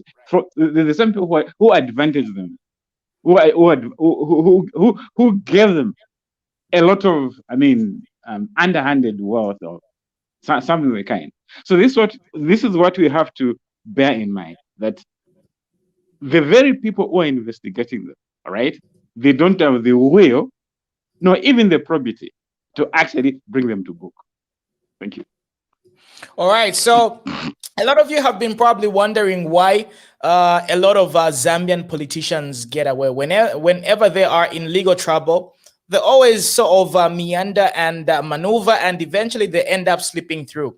So there is a loophole in our constitution. And a few years ago, right, we did talk about this on Z Corner. Just at Z Corner, we did talk about this particular loophole in the constitution. So I just want you to hear what this young man brought up, the point that he brought up, and why a lot of our politicians always manage to get acquitted. So this is very important. Let's watch this, and we'll have a discussion on the other end. I've been thinking about the arrest of Chitalu Chilufya, the Minister of Health. And it also reminded me about the arrest of Ronald Chitotela, the Minister of Infrastructure and Development then. What I've come to conclude is that this is a gimmick to conceal criminal activities that are happening in this government. Now, I just want to explain something from the Constitution, Cap 1 of the laws of Zambia. I want to take you to a provision, and I'll be also taking you to a provision from the Criminal Procedure Act, Cap 88 of the laws of Zambia. Now, allow me to quote Article 18, Sub-Article 5, verbatim, on what it says. So, Article 18, Sub-Article 5 says, a person who shows that he has been tried by a competent court for a criminal offense and either convicted or acquitted shall not again be tried for that offense. Now, hold it just there. Yeah, so ladies and gentlemen, this is where the audacity and the confidence is coming from. Once you get acquitted, the law can't touch you again. So let me just play that again, because this is the biggest flaw in our legal system. So let me just take it back and let me play that once more. Verbatim on what it says. So Article 18, Sub-Article 5 says, a person who shows that he has been tried by a competent court for a criminal offense and either convicted or acquitted shall not again be tried for that offense. Now, hold it just there. It says, for a person who can show that they were tried or convicted or acquitted for an offense shall not again be tried for that same offense. It's called ultra foes acquit or ultra foes convict. But I want us to focus much on ultra foes acquit because I explained that. Now let me just substantiate that by going to the Criminal Procedure Code Act on 138, and I'll quote verbatim on what it says. It says, a person who has been once tried by a court of competent jurisdiction for an offense and convicted or acquitted of such offense shall, while such conviction or acquittal remains in force, not be liable to be tried again. Allow me to end there. So the two pieces of legislation, the Supreme Law and the Criminal Procedure Code, that our courts follow, our law enforcement officers follow, is that any person who's tried for an offense today shall not be tried for the very offense next time. Now, let's start from here. When Ronald Chitotela was taken before the Anti-Corruption Commission, he still remained minister. He was escorted by cadres for investigations, and when he went to court, the outcome was an acquittal. So meaning, in future, should we want to prosecute him for the very offense, he's going to raise a defense of ultra foes acquit, meaning I was already tried for this offense, you're not bringing it again. Let us come to Chitalu Chilufya. Summoned by the Anti-Corruption Commission, is a still minister, escorted by cadres. The state machinery is behind him. Already we can conclude that when he goes to court. And by the way, ladies and gentlemen, that was before he even got acquitted. We were talking about this on Z Corner. We knew what was going to happen exactly, and we knew the flaw that they were going to sort of take advantage in our system. So this video is something that we put on Z Corner way back. But anyway, let's continue listening. He will be acquitted. Already, it's logical. You don't have to think too much. There are signs written all over. He will be acquitted. This means that there is a gimmick here to conceal offenses that these people have been committing, and later should governments change or should certain authorities change, these guys will go scot-free because they will use the defense of ultra force acquit. What a brilliant mind. This was predicted a while back before President Hakainde Hichilema was elected, before Dr. Chitalu Chilufya was even acquitted. We already know these loopholes. So the key point is ill convicted. Now, ladies and gentlemen, if you have to add 1 and 1 to make 2, right? What evidence is Dr. Chitalu Chilufya using? He's using that audio that was leaked from, the ACC type of people. So, I don't really need to, put it out in plain sight because the proof is always in the pudding. You just need to sort of add 1 and 1 to make 2. So all I'm trying to say is these people know what they do, and they already know the loopholes to manipulate in our system. So what is your take? Why do we always have acquittals and these people go, basically free of charge? Hello. Yes, Mr. Mtonga, you can go. Or just unmute your mic. The point, is anybody got TV on? No, what? There seem to be back feedback or something. The point is made there is the court that was genuine, but when you look at the PF, the courts and the law was all corrupt. So basically they can argue that point that this guy was not acquitted. 1, the judges must have been threatened by the cadres to get this guy acquitted.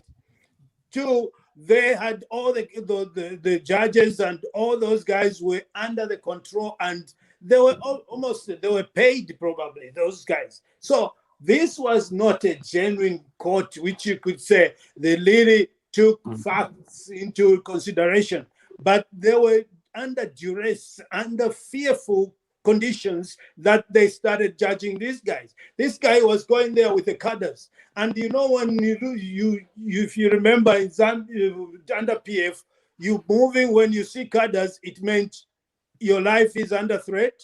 You know that if you did anything silly, they'll just pounce on you. So even the judges in the dock, he's like in the dock by the cadres. If he had made any silly move that, this guy be convicted, probably you could have heard that, the judge is, the judge who gave a conviction to Chitalu, you would have been dead by now, probably, or you would have been attacked, the family and all that. These were the conditions under which this case was taking place. Therefore, the government, the ACC, can do this case to say the conditions under which this case was tried, they were not, conducive. Therefore, they can change this into their favor. That this guy had, in fact, bribed. He must have paid the people. He must have bribed every corner. That's what the government should be looking at. This guy was like a mafia. Basically, he was a mafia, definitely. He had the power, that nobody could even speak. Even the president could not. Why acquit the guy? And, the guy the next day is in the parliament and he's under suspension and he's still in the parliament. It's pathetic. How can you allow such? That's why he's talking about it's an animal farm, or is it a cowboy government, cowboy court? It's a waste of energy, waste of money, that they had to go through this artificial. It was just like a show of saying, the system is working, but the system was not working.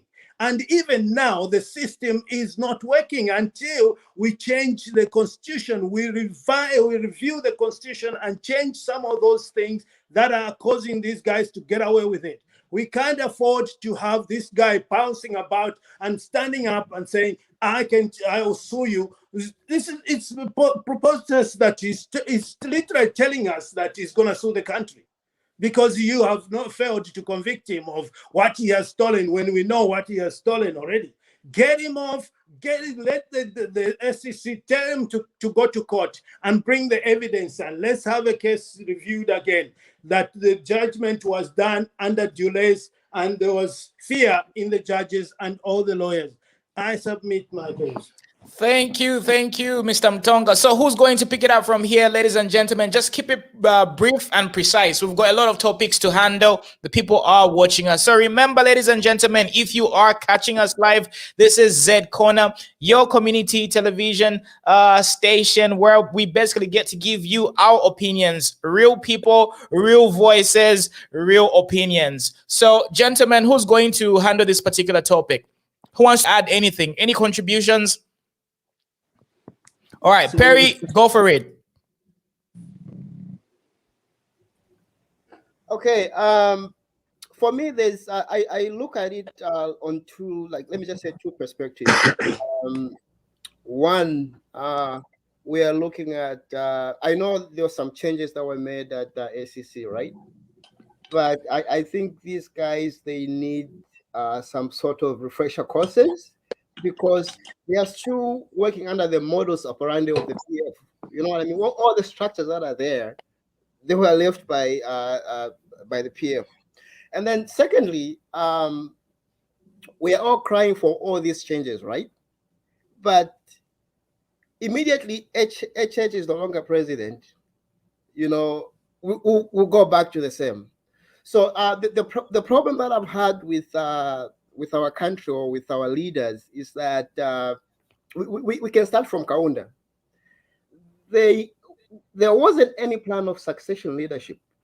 You know, like, okay, the president said, okay, maybe the party just say they choose, okay, we have these 10 men or 10 people who are going to be groomed to become presidents, you know, such that whatever the president is, that like his values are inculcated into those people. So it happened again with Mwanawasa. He dies, everything went to zero. It happened with Sata. A little bit of progress, he dies, and then back to square one, you know. And it's gonna be the same with HH. So going forward, I think he's already set the bar high, but we need to, you know, put respect to that position. Put respect to the people of Zambia, you know, because it's gonna be 4 steps forward, 100 steps backwards. 4 steps, which is nothing. It's just so retrogressive, you know. So for me, I think those guys at ACC, I think their ways of operation, they're so ancient. They just need to go and get some refresher courses and look at other perspective, other ways of handling such situations, because they killed our people and then we're being insulted, and then they want to get money from taxpayers. That's unfathomable. Like he doesn't have respect for the people of Zambia. That's what I would say. Like it's worrisome. Thank you. Thank you, Perry. Let's move it over to Mark James. Give us your quick 90 seconds, gentlemen. We've got a lot of topics. Then we'll move over to Mr. Perry. So, Mark James, go for it. 90 seconds. Keep it short, brief, and precise. Okay. Thank you, Muna. I think I just want to cite you, Muna, as an example. Let's say for you are in government and you store money, for argument's sake, let's say 1,000 kwacha. God forbid. But carry on. Yeah. And you get that money, you put it in your house, as man as it is, as paper or coins and whatever. That money is as useless as anything else you can think of. Not until you get it from where it is, you either invest or you use it in another form. That's where now even people will know that, oh, Mona has got money. Oh, Mona has, why has it become so rich within a short period of time? But as long as you keep it in your house, it is as useless as anything you can think of. So, we have got these people that we are talking about, whom we suspect or we know they have stolen. And we have known they have stolen because of the things, the money they have stolen, they have invested in. So, as the president has alluded or saying that we need to get all the stolen things back. As the gentleman who was trying to explain on the constitution and everything, quite right, it was a planned move. They knew this guy that things cannot be the same, we might lose, and they did all what they did. It was a calculated move.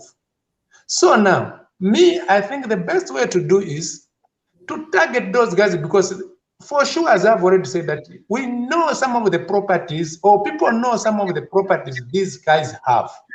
And because these are proceeds of crime, there is no proper documentation of certain other things. I know that if government means well, if the ACC means well, and also if Zambian mean well, believe me, we can get all these things, just like some of these things the government have gotten rid of, like of the issue of the faith musondas and whatever. You will get those things. When you get to those things, automatically by getting, they need to come and prove to the Zambian how they managed to acquire such things. If they fail, then there is no any other evidence we would want. Already it is a sign that they have stolen. I don't think now there will be a need of call that witness and whatever. They have stolen because how did they get those things? No proper record, not whatever. Then jail them. Because trying to follow them that, no, this one and whatever, they planned most of these things, and there are some who still have got cash in their houses, but that cash is useless if they cannot use it. They can die and leave it in the trunk or under the bed, wherever it is. It will remain paper as it is. So I think let's follow these people that we know. Let the government follow them. They know what they've built. They know the properties. Even here in Lusaka, whether in Mansa or anywhere else, they know. It's just the matter of trying, people are fearing or because and whatever. And the other thing that you should know, that as the other gentleman, I think Mr. Mutonga said, these people, they worked together. Just like the way the new donor are changing the DCs now. So those DCs, they will be somehow connected to the UPND. They will be somehow working like for the UPND and whatsoever. Any government that will come will do the same things. So it is difficult for the UPND, because the people who are running these institutions, these investigative institutions, are the people who were put or appointed by the previous regime, and some of them, these ministers we are talking about, they were answerable to them, and they also played their part. This one would have maybe gotten a 10,000. The one who is there also, they've given a small amount. So it is difficult. So we need to create these investigative wings, so that we've got people who can at least do the right work, who can not look at who is this person we're investigating and whatever, or maybe who had no share of whatever has taken place. We should not always be thinking or fearing of that. When we do this, people will be saying that, no, I'm trying to either target a tribe or target somebody or a political party. No. I think the best to do is let's follow these people, let's seize whatever we know they've gotten through a filth and bad way, through corruption and whatever. At least by that we have got something that will bring back to the people of Zambia. Thank you. Thank you very much, Mark James. Before Mr. Piri goes on and then Jason, let me just add one more rule to our debates. So whenever gentlemen or all the different panelists that I'm going to be having, whenever you hear this sound, you heard those horns, right? It means you need to wind up your point, and you've got about 15 to about 30 seconds max. So this is the game that we're going to be playing. So whenever you hear this sound, so it means you need to like wind up and, just summarize your points. Okay, so now moving on to Mr. Piri. Mr. Piri, welcome to the program. And what are your contributions in 90 seconds? Muna, you're getting me right? Loud and clear. Okay, great. Yeah. It's nice to hear these brilliant minds, being, brought, on a forum like this. But for me, when I put everything together, what I see is we need to be like more worried about our own future now, because let's look at the previous governments and where we are. The Kaunda time, the Chiluba time, and what we keep talking about these crimes, and some other governments, they were done a little, and now it's like it's getting worse. So who knows what will be with the UPND? Because then in the Kaunda time, we hear crime was not there. Chiluba time, crime came and it was done this much, all those analyses. Now, you see, coming to the ACC, it appears the ACC is acting out of some kind of influence, like acting to impress. Because, yes, we know these people committed crimes or these people did this, and that. But then the fact remains that we should understand that white-collar crime is very difficult to investigate. It's not far that we were talking about Faith Musonda on this same fora. And where is Faith Musonda? So if man was even in suitcases, it was even brought, this man is proceeds of crime. And now we want to start investigating even things that we don't know. What are they telling us? Are they going to reach to the conclusion? Now, I'm not trying to criticize the work that they're doing. They can go on, but let it be done in silence. What we want to hear are just the results. That would be better. Because this country right now needs a revolution, and a revolution by the current regime and us who are talking, and the revolution sometimes may take 30 years. HH will be out of power, but we should believe that there is something wrong that we have to change.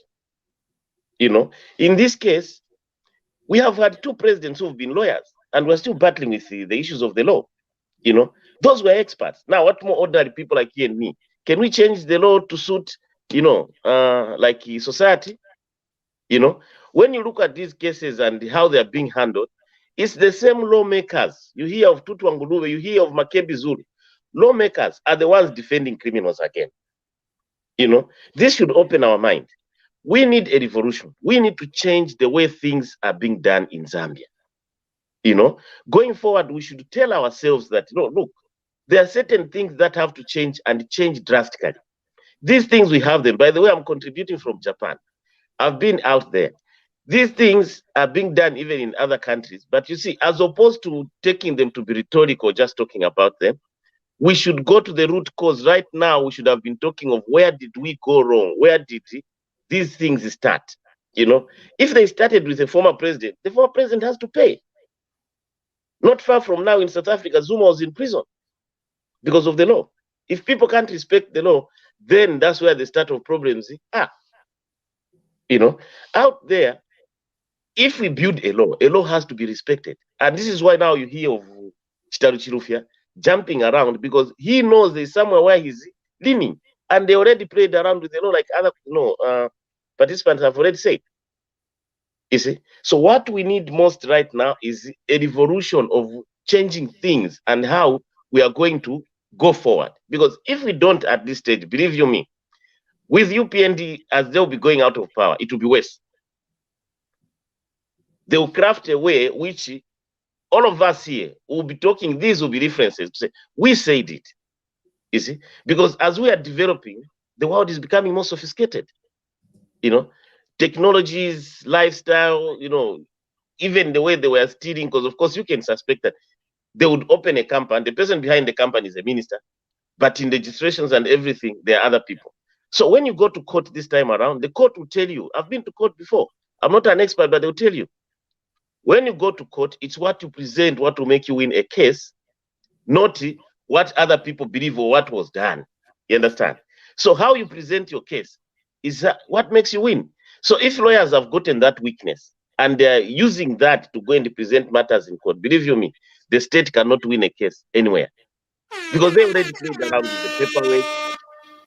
Okay, so they already played around with the paperwork and all these other things, and I guess that's where I have to end looking at time.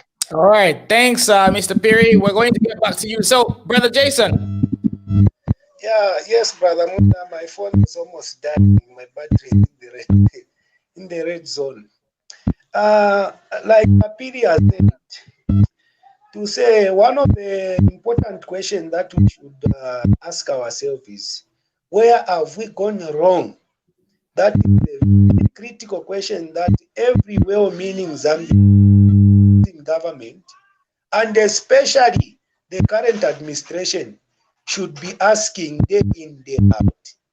Problem as if into to fisenda subjective.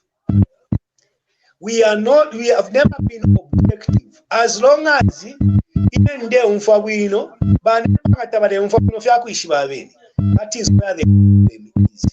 But if we reach an extent whereby if I make a decision, then I ask myself, how is it going to affect my own children's reputation in the future? How is it going to affect my own neighbors?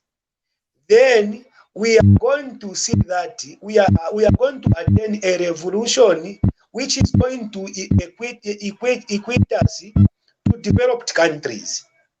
Africa, despite having too many resources, it's because we have been running our countries subjectively. So it's no wonder Mwalasangati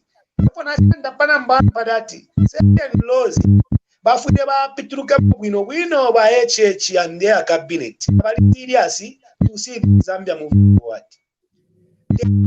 Abamba nokufipusha bafude mubafifunyamo there and then, so that we begin to run affairs in the objective direction, not whereby just because he is a minister, then he has to be covered in one way or the other. No. So that's no wonder. These guys, they put laws which they even know to say, okay, we are going to do this and that. At the end of the day. And getting back to the investigations which were done, because they were not done accordingly. One, he was not suspended.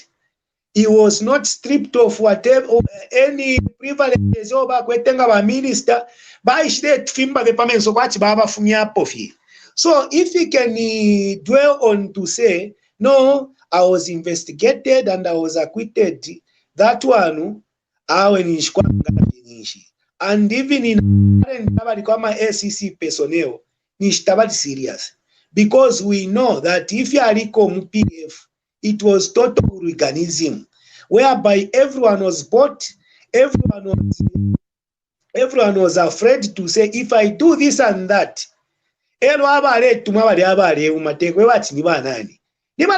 top officials, so that they keep everyone mouth shut, so that they continue with whatever that they were doing. So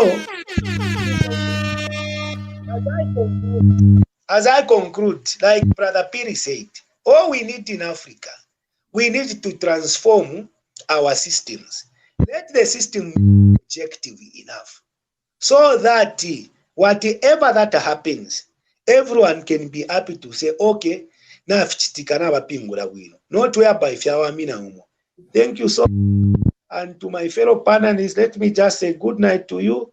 Brother Muna, I'm appreciating you. Continue in this same spirit, and may God continue empowering you with such wisdom so that you can feature some of us to air our views. Thank you so much. Thank you very much. Enjoy charging your phone and have a good night. We'll be expecting you tomorrow. Thank you so much. Bye-bye. All right. Okay, King B, give us your quick take before we move on to the next topic. Then we're going to have Tiki Ndiku. So King B, give us your quick 90-second take. Then we can proceed to Tiki. Oh, Bamuna, Nishan. Wino. Okay. Good evening, panelists. Good evening. All right. Yeah, my contribution is like when I hear like Dr. Chilufya, my heart bleeds. To have that courage of even saying that you want to sue the ACC. Wow, he knows that he ordered those expired drugs and the defective condoms. Most of people were viruses, and our relatives were dying in our hospitals. Then someone, you want to take advantage of ACC. I don't know if the investigation was conducted fully on him. I don't know, because I don't know where he's getting that courage of even to to sue the ACC. I think like the other panelists, what they have said, I think we have to revisit the law so that maybe we can remove the immunity of these guys so that they can be investigated fully. Because all right, King B, I don't know what's happening to your internet. Just try rejoining. But anyway, let's move over to Tiki. Tiki, give us your opinion, your unfiltered thoughts in 90 seconds. Okay, good evening, Muna, and good evening to my fellow panelists. Good evening. Yeah, I think we can give, as we give credit to the youth that so much rose to the occasion to bring us this much needed change. I think the youth still need to be instrumental in making sure that this government is accountable and does the will of the people. Okay, because for us to have statements coming from Dr. Chitalu Chilufya like that, when all Zambians know what the PF government did and the injury they did to the many citizens of this country, it's like an insult when you hear him still speak like that. Okay, we know a number of them. Okay, we can name a number of them, but the thing is, as citizens, we let the law take its course, because in as much as we know them and we can name them, we still need to follow the law in making sure that these things are brought to book. The crimes, the corruption crimes are brought to book. And so the injury these people brought to us, they shouldn't add salt to it by uttering such statements and threatening the Anti-Corruption Commission. And at the end of the day, it proves to us that there was actually an invisible hand on these institutions. Because for a man or a citizen to issue such a statement or a threat to the Anti-Corruption Commission, or give the Anti-Corruption Commission such an ultimatum, it simply explains as to why we would have funny judgments under the Patriotic Front led government. Okay, where you see a case that is to ask the citizens in plain black and white. Okay, but we've seen people walk away. The Anti-Corruption Commission has taken him in, and you see him appearing in Parliament the same day in the afternoon, which are things that are mind-boggling. These are things that actually pushed Zambians to vote the way we did, because we want to see accountability. Okay, we want to see leaders that are selfless. We want to see leaders that respect the systems. Okay, I too believe we need to change or work on our systems, but I think the biggest problem are the office bearers. The biggest problem are the office bearers. And as youths or as citizens, I think we need to find a way of making our leaders attend to us, making them accountable, so that when some of these things are not raised in a manner that will bring the intended results, that will give us the answers we need as citizens, we must rise to the occasion and ask for those answers. If it means a peaceful protest, let us rise up and demand these answers, okay? If we need the immunity of the president, the former president, to be removed, if it's in the way of all these other cases, if it's blocking investigations of all these other cases, if he is connected to all these other cases, I think it's only right that his immunity should be removed. I've seen some people complaining and accusing the UPND of sponsoring organizations to have the president's immunity removed. But if all these people, like the 3 PF MPs that were recently arrested, if they are connected to the former president, then his immunity must be removed. I mean, if he is clean, if I were him and I was clean, I would actually champion the removal of my immunity to clean myself, to clean my name. Okay? But for us to have these people still speak like that and insult the intelligence of the people. Remember, the Patriotic Front leaders have been insulting the intelligence of citizens for a very long time. I remember one MP from Kabwe who actually said The police should break the bonds of every youth that will be protesting, or that was going to participate in the peaceful protest, championing accountability and questioning corruption. And those people, then the youth had to go and do their protest in the bush, which is not right. This is a democratic state, okay? And I'm glad that we are actually under a new government that is more sober-minded. Kudos to President Hichilema for the work that is done so far. I think it's only 2 months into his term, and looking at how he's handling matters, in as much as we citizens expect immediate changes there and then, immediate arrests and whatnot, I think let us give him time, and the UPND government time, to also flush out the many PF members that are still in the system that may be blocking all these cases, some that may be helping the PF leaders, like the same leaked audios where people are being fed information. The PF corrupt people are still being fed information to prepare themselves for all these arrests, to prepare themselves to get rid of whatever evidence that is there against them.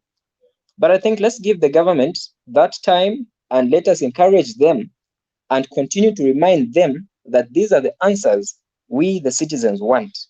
We want to see these people brought to book, because we know. Look at fire tenders. You don't need to be a rocket scientist to know that there was corruption around the acquisition of those fire tenders at $1 million each. Look at the issue of Mukula, the Mukula scandal. Week in, week out, day in, day out, there are trucks crossing the border, taking Mukula when there was a ban on the exportation of Mukula. But you've seen different Chinese nationals, different Chinese companies exporting this Mukula in collaboration with PF officials, okay, at the expense of the wealth of this country, at the expense of the livelihoods of the citizens. Look at the issue of expired medicines. These are all the answers we Zambians want, okay? We want to see people brought to book, because there's no way people can be given contracts in millions of dollars and they buy expired medicines for its citizens. I mean, who does that? That is not loving your people. That is loving yourself and the money you're acquiring from there. So I think as citizens, let us work as one, the same way we voted on August 12. Let us work as one and make sure that we bring we champion for the corrupt to be brought to book, so that we have a better Zambia for us all. Thank you. Thank you very much. Now let's pass it over to Moses. Moses, give us your quick 90-second take, and then we move on to the next topic. Hello, good evening, everyone. Good evening. Thank you. I've been following. I think what they have said, my fellows, is just okay. The other thing which I'm seeing in our country, we need also to introduce some training to teach our fellows Zambian, especially maybe in school, if they can introduce this like civic education, it can also help, because politicians are now taking advantage upon the Zambian people. They are like everyone is a crook somehow to crook Zambians, because nifira baranda muchivemba ati imbarale chiriteni rumwenga rwaboranishi nifyonse. Yes, previous government like avene ministers, they have been done something which is nganafitontonkanya personally. It is not giving hope. It is like just like ulia wishi ukwete avana now is not planning or taking care of the future of those children. Pantu firafine ndemona inende ngufwe bwino, I forget. But we cannot be like that. We are leaders, and our leadership should be maintained and remain, even thinking about for the future of those children who are growing in Zambia. But the way these ministers, they are coming up, sentiment they are making, it not giving sense, no respect for the Zambian people. We cannot live like that. Let their mind change. Money cannot make them change or be confused or like a mad person. No, they should do things which is everyone, when he looks like Mr. Chitalu, he was a minister. Being a minister, you are to exposure to almost the whole entire world. They are looking upon you. And the statement you should be making to the public, like a country, should be respected and honored by everyone, but not the way they are doing. So, like, to me, and the other thing is, it's like these other minister, former minister, they don't even go to church, because if you go to church, you read the Bible. Some of the things, yes, we are sinners, but we should limit to do things, not the way they have been doing. No, I think I end there. All right. Okay. So, is there anybody else? I can see King B didn't finish your point. So, in about 30 seconds, just finish your point before we move over to the next conversation while I curate the video that I want to play on the other side. So, yeah, conclude your previous point. Yes, Nacha and party over the visit the law. We, as a nation, we need to revisit the law so that maybe we can, like our leaders, when they are out of power, I think that immunity should be removed so that the investigative wings, they can be free to investigate them without any fear of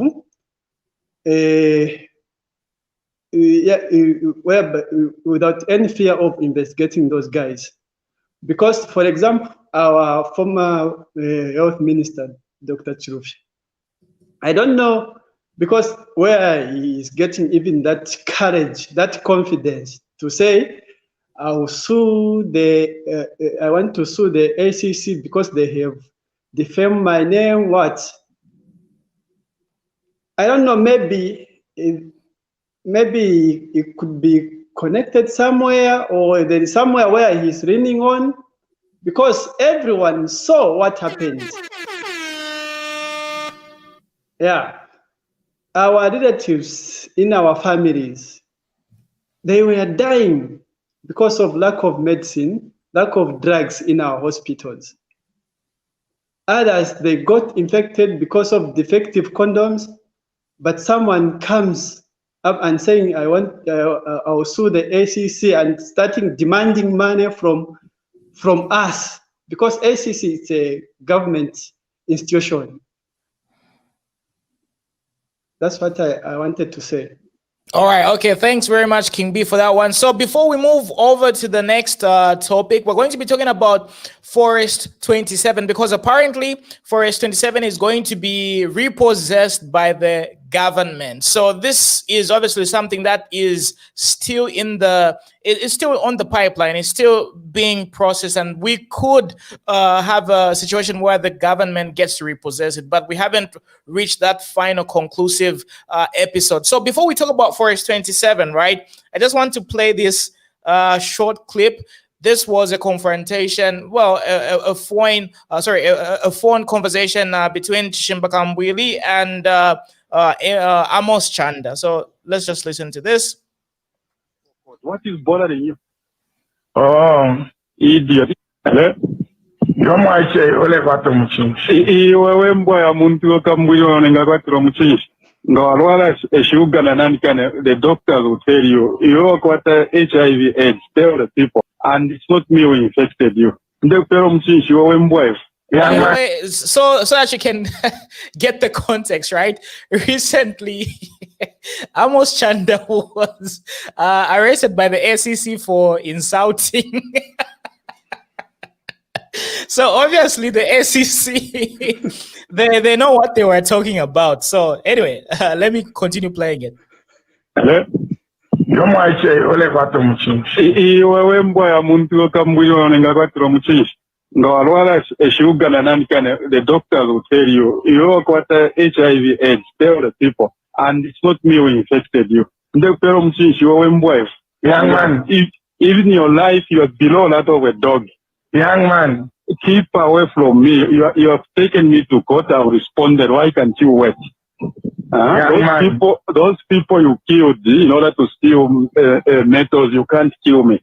And this evidence, I'll put it before court. What is bothering you?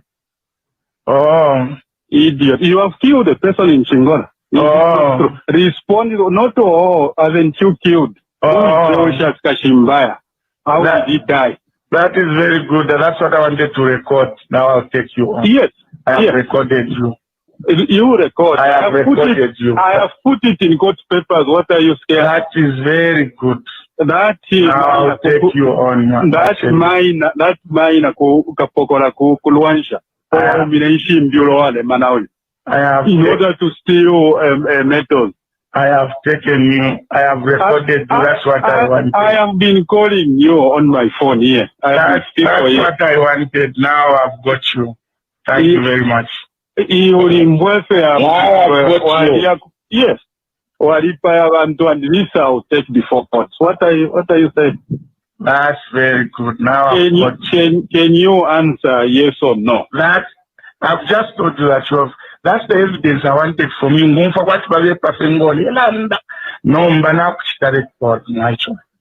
and I'll take you on. You will have to justify those things.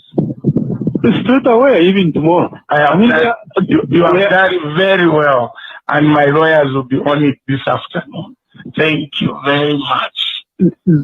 All right, there you have it, ladies and gentlemen. That was Chimba Kambwili on a phone call with Amos Chanda. So there's obviously a lot of infighting in the PF political party, and we are slowly seeing it sort of get destroyed. And then today we also received some information with regards to the people who were allegedly funding and financially backing the Patriotic Front, because they are beginning to pull out, and apparently PF is going to go broke very, very soon.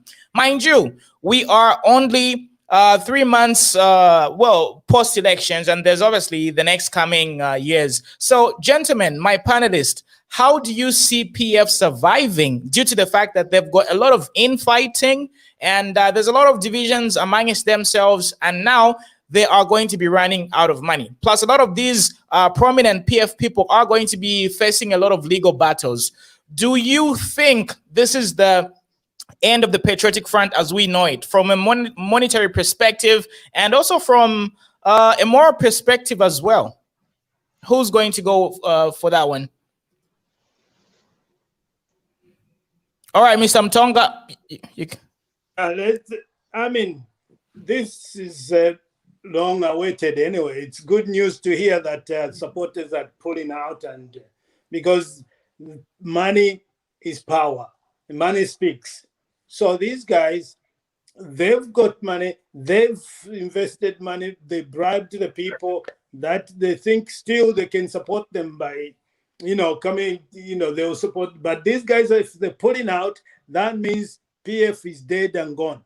And the PF should never even come. Next elections, I hope every Zambian who is sensible won't be able to vote for these guys, because they need to be out of it. We don't want to hear PF. We want to let them be extinct so that we can have another party coming on as opposition. These guys, we don't want the smell. The smell is contagious. It's just too much. Yes. We need to remove them so that you can see what is happening.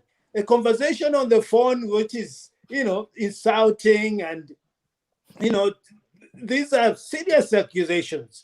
And they should be talked in the court, not out here in the open where everybody can hear about their insulting and accusations. So this party should be extinct, should be removed from the Zambian ears. We shouldn't hear anymore, because people like Kambwili, you know how many times he changed his position. He had his own party, he even quit his own party. He went to UPND, how many times can you change your mind? But this guy is not even a Mbwili. He's been changing so much. It's how can he be even chosen as a leader? Can you imagine that? It's only the cadres who've put him back because they know he was the boss of the cadres then. So they've put him back there. So these guys, nobody, I think they're pulling out, most of the supporters are pulling out because of him, because they can't trust him. He's a guy you can't trust. You can't put your dollar on your kwacha on him, because he will never win. He will never be the president of the country. If this guy became a president, he will be a dictator. That he can start again doing his tribalistic messages and influencing the nation to be divided again. This guy, he does not deserve to be a leader. And thank God he's not even in an MP. So that is even better. Let this guy be taken off. Let the supporters withdraw. I would encourage all supporters, even the minor voters, never to vote for this guy. Take him out. Let the PF be dead and buried, like we've seen UNIP dead, we've seen MMD dead. No party that has ruled in Zambia has come back to rule again. This is the end of them, and we're not going to accept them. And I hope that is what Zambians would do. Thank you. Definitely. Mark James, give us a quick take, 90 seconds. We move over to Mr. Piri. All right, thank you very much. I think coming to the issue of the Patriotic Front, whether it will go into extinction or what, the name can remain, but history has demonstrated here in Zambia, as Mr. Mutonga has rightly said, we had UNIP, we had MMD. And in MMD, there were problems which people thought MMD was not doing well, and they decided to go for a change. And to their disposal, there were other parties, including UNIP. They never thought of going back to UNIP. They decided to change government, and they changed and they put PF with the hopes that things will change. PF did whatever they did. People were not happy. There were other parties, including UNIP and MMD, the previous parties. Again, people voted the PF out. They never thought of going back. Maybe the previous parties or regimes were better than the PF, or they did certain things.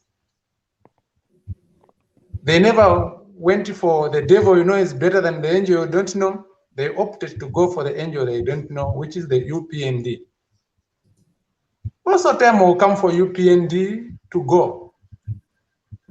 So it's just a trend which is going just like that. Chances of PF coming back are not there. And moreover, we have got this trend in Zambia where... Hello? I think Mark James, we've lost him. Anyway, Mr. Piri, you can take it over from there. Okay, you're getting me? Loud and clear. Great. Yeah, when we talk about politics, PF in particular, for me, my view is that PF should not have gone, regardless of the atrocities that they've committed. We need them for reference, because when they die completely, then there will be no one to speak from PF where they can defend, whatever they were doing, or reminding us of, what was happening. It's not that PF as a party, all they did was wrong. They've got issues we can point at, which we can say, okay, here they did well. But then apart from that, Zambian politics, for me, it worries me a lot, because we need to introspect. Mr. Piri, can I just cut you there? What things would you point that the Patriotic Front did exceptionally well?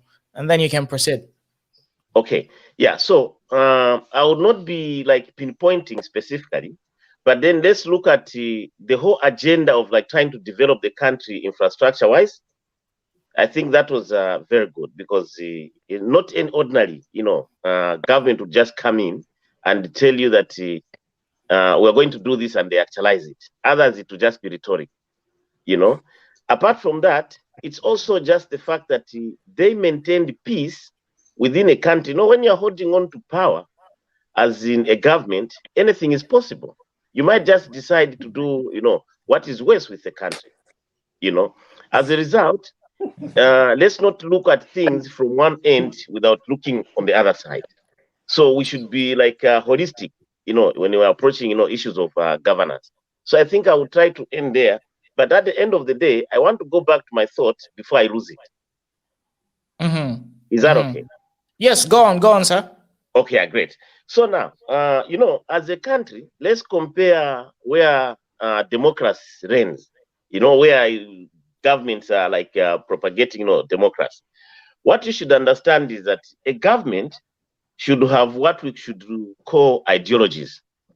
Or as a party should have ideologies which should be taken into governance, you know, and it's these ideologies that should translate maybe into the culture, you know, and that culture should build a national agenda, as it were. Now, what I'm trying to refer to is that today, Zambia may change different political parties, but at the end of the day, look at what is it that will have attained in reality. Like we keep saying, we've got resources, we've got capacity to do this, we've got this, and that. Put them all together. You find that we'll be revolving around the same, you know, issues. And as a matter of fact, the issues that we are battling with as a country are matters of poverty. You know, we cannot be a country with resources and others are dying on the street. Neither are we going to start comparing ourselves with our neighbors because Malawi is like this, Zimbabwe is like this. That's why we're like, no. We should be a country and identify ourselves. We are unique. You know, we've got these resources that should have made us rich. You know, so for me, PF, yes, may go. But what worries me is that as a country, we need to go forward with maybe 2 political parties that are going to compete like in the States, like in so many other developed countries, because what we're going through, they went through and they failed. We can't be battling, we can't be antagonizing each other every day at the expense of making the same people that you played the video. They are the ones that get rich. You see that? They will twist our minds, and because we have a lot of vulnerable people, they keep jumping from one party to the other, accusing each other of crime, which is very true, it's going on. But what is it that we're gaining as ordinary Zambians? Nothing.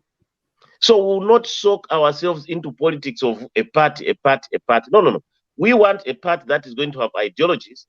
We should be able to choose to say, okay, fine. These have failed us on this account. Let's try this. What is those are reforming? If those others are going to come back, we should tell them as Zambians what we expect out of them.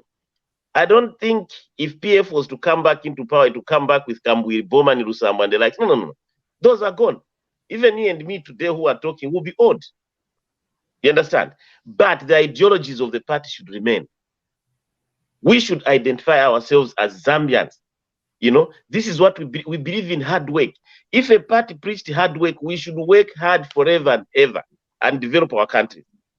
There is no country that was developed by foreigners. No. It's the owners of the country that believe that we should transform this country for generations to come. You understand?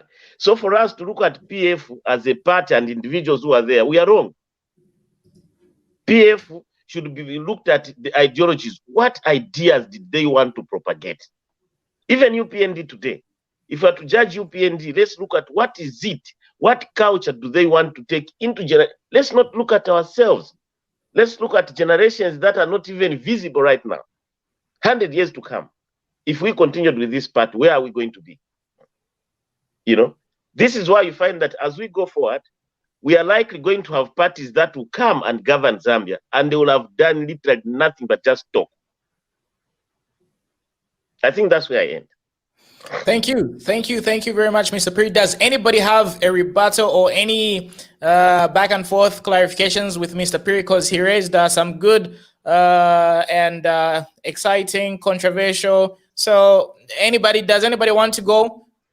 Hello? Mr. Mtonga, go on. Hello? How long have you been to Japan? Well, well, I'll tell you, I'm much of Zambian than being Okay. here. Now Yeah. you talked of PF being doing the like infrastructure and all that. Okay, we've seen most of the infrastructure the PF did in their time.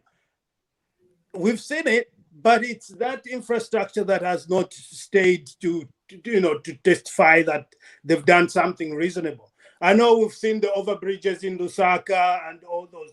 The roadworks which they started, some are half done, some are.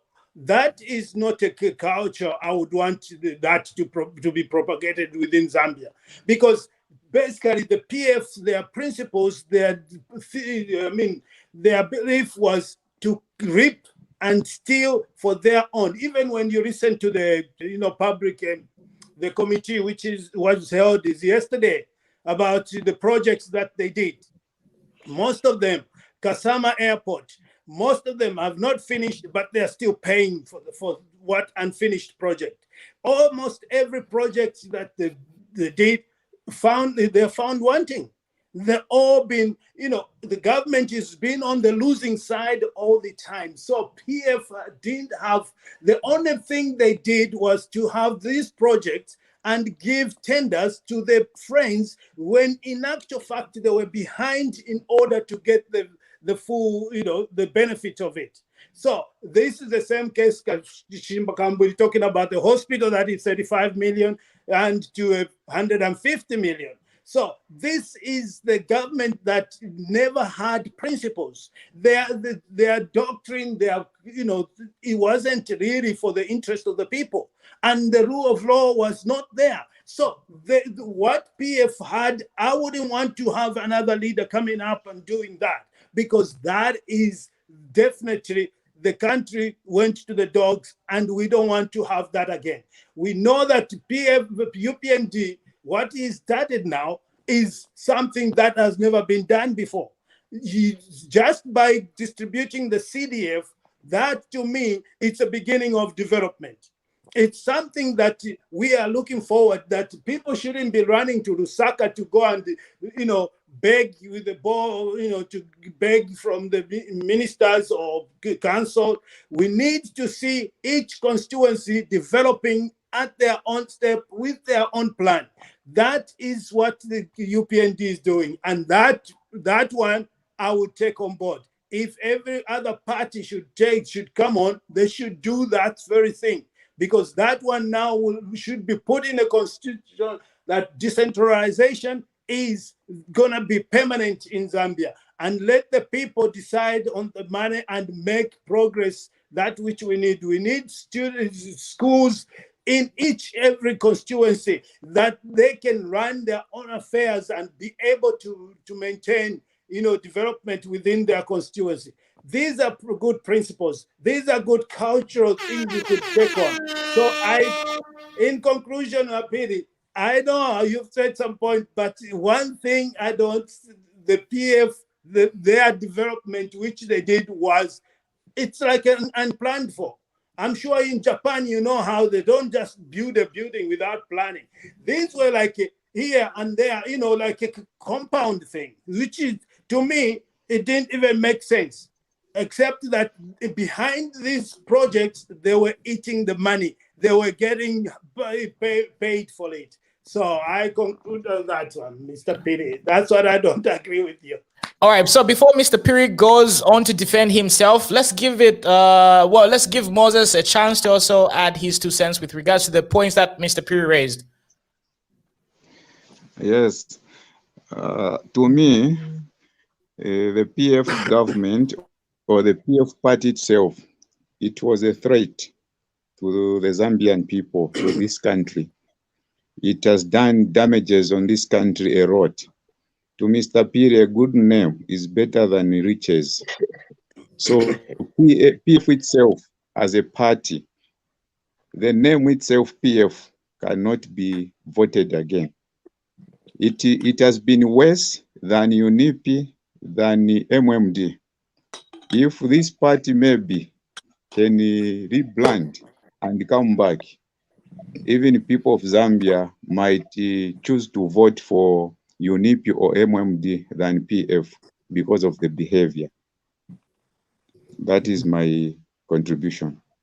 Thanks, Moses. So, King B, what is your contribution? Are you agreeing with Mr. Piri or you are not? Give us your quick 90 seconds opinion. For me, I'm not agreeing with Mr. Piri what he has said, the point what he has raised, because quite all right, yes, these guys, they built those roads out of exaggerated amount. Yes. And coming to the PF, like, I don't think if there is this party is still going forward, or I think it is declining, because there is confusion that in PF, they are failing even to choose the leader, full of insults. How can you rebrand a party like that?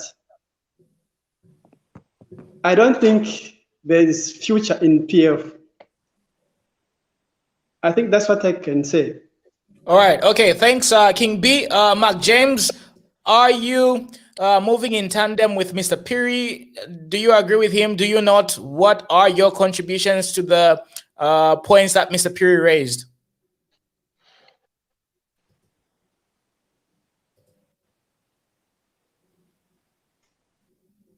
Sorry, I did not get Mr. Piri. I was cut off for no, I had some other challenges, so I didn't get his point. All what right. He was trying to say. But from what all the rest are saying, yeah. So just hang on, then let's go back to Mr. Piri. So that he can get to defend himself, because Mr. Piri has landed on a very hot plate.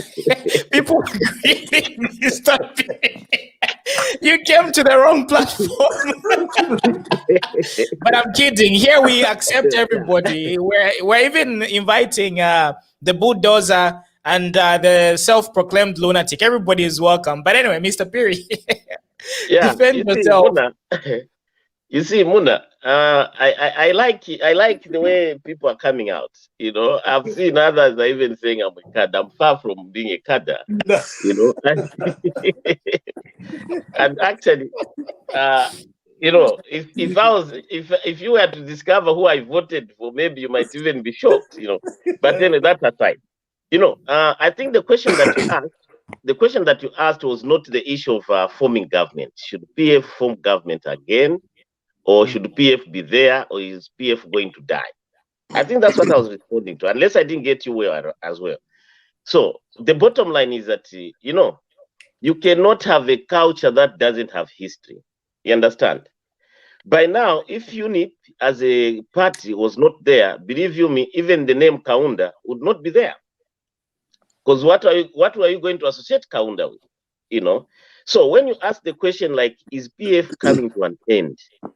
I think I got you from the point of, should we allow it because there's no funding? Yes, but I believe my panelists were trying to oppose the notion that you said that, PF brought in infrastructure development and they did amazing things. So that's the point that people got triggered on. Exactly. So now, I was coming to that. So now, when you look at these things from what you've just clarified, you know, there is something, Muna, that you can never take away from a person. An achievement is an achievement. If you went to school, you reach grade 12, they'll give you a certificate of failure or a certificate of passing. The fact is you went to school up to grade 12. You understand? Similarly, these things that you've seen, whether they are right or wrong, they have at least a premise under which they were done, of which others have said, say, look, they were done to enrich themselves. Yes. But to some extent, the same little benefit that people have gotten out of that, it's an achievement for them. How we judge people with what they've achieved is the very fact that going into the future, others may not achieve this. You understand? But we should keep reference of, no, we had a government that did one or two things. You see that? Despite their criminality, despite this, and this, but they did one or two things. You know, and I think that's the point that I was trying to bring in. So, let's have this history. Let's not let the PF die just like that. Let's not be excited for now. Let them be there, and we need them maybe even 50 years to come. Not in government, but they should exist, and we should keep reference of what they did. All right. Understood. All right. So, panelists, I hope you are satisfied. I know you you want to breathe a lot of fire, but anyway, let's save Mr. Piri and move over to the next topic. Let's move on to the next topic. So, first of all, let's talk about Forest 27 and Forest 70, because these were very interesting topics, and these are national assets that every Zambian is entitled to have an opinion on, or rather over.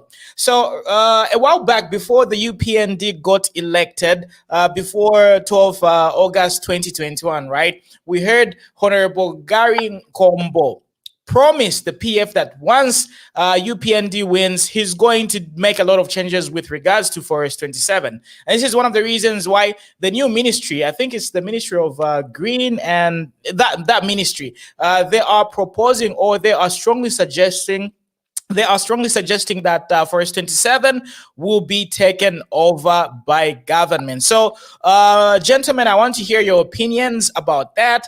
And I also want you to give us your opinions with regards to Forest 27, because a few years ago, right, we heard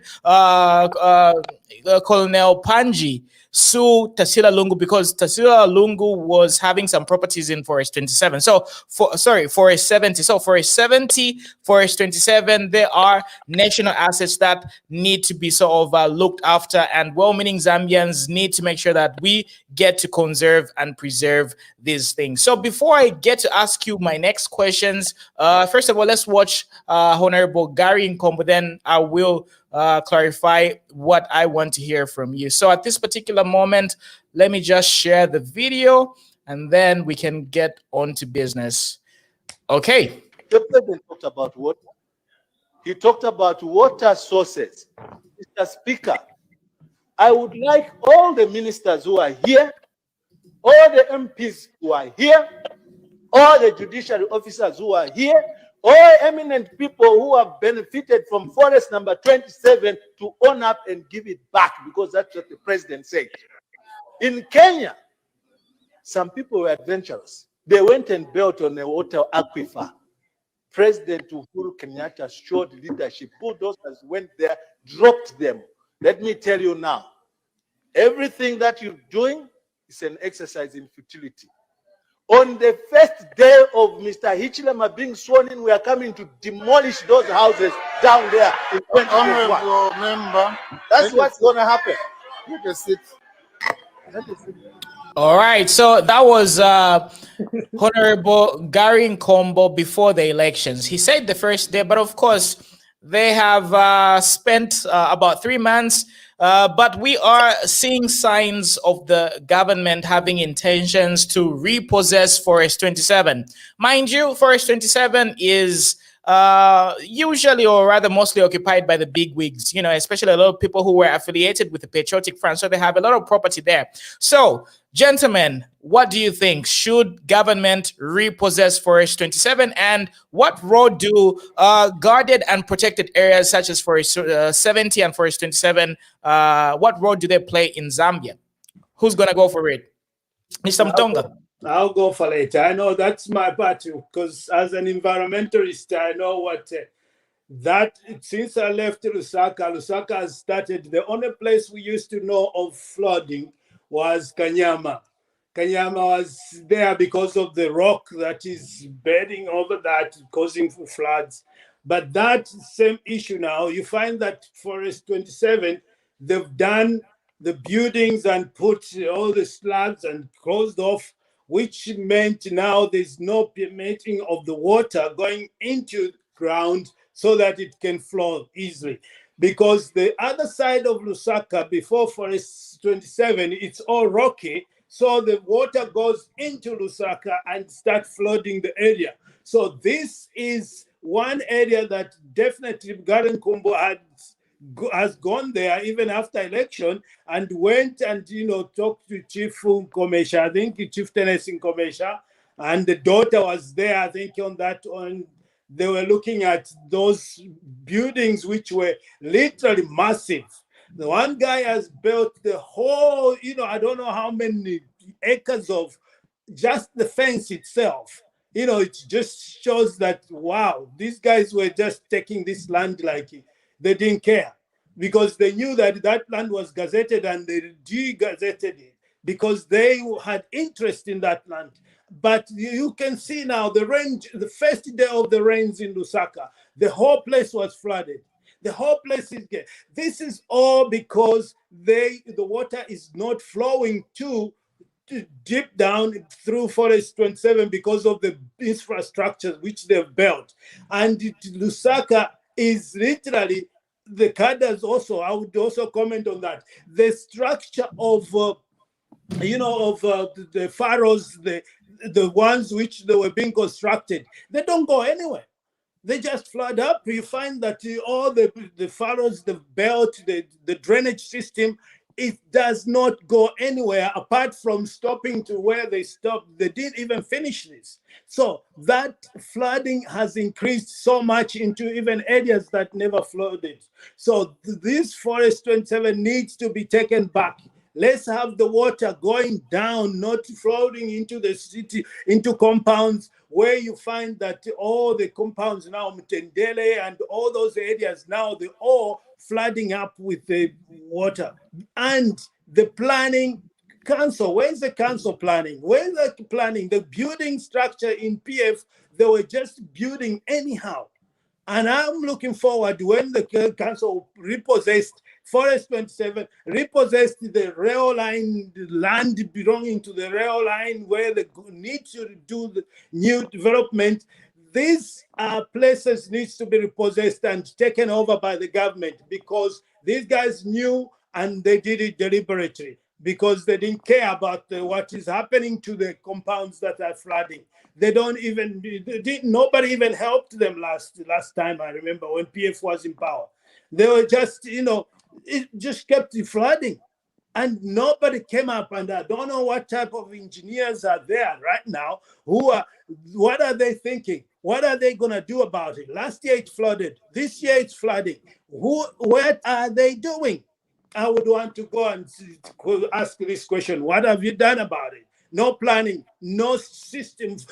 Drainage system is totally gone in Lusaka. Even the malls are flooded. Who designed the malls that there's no structure that lets out the flood?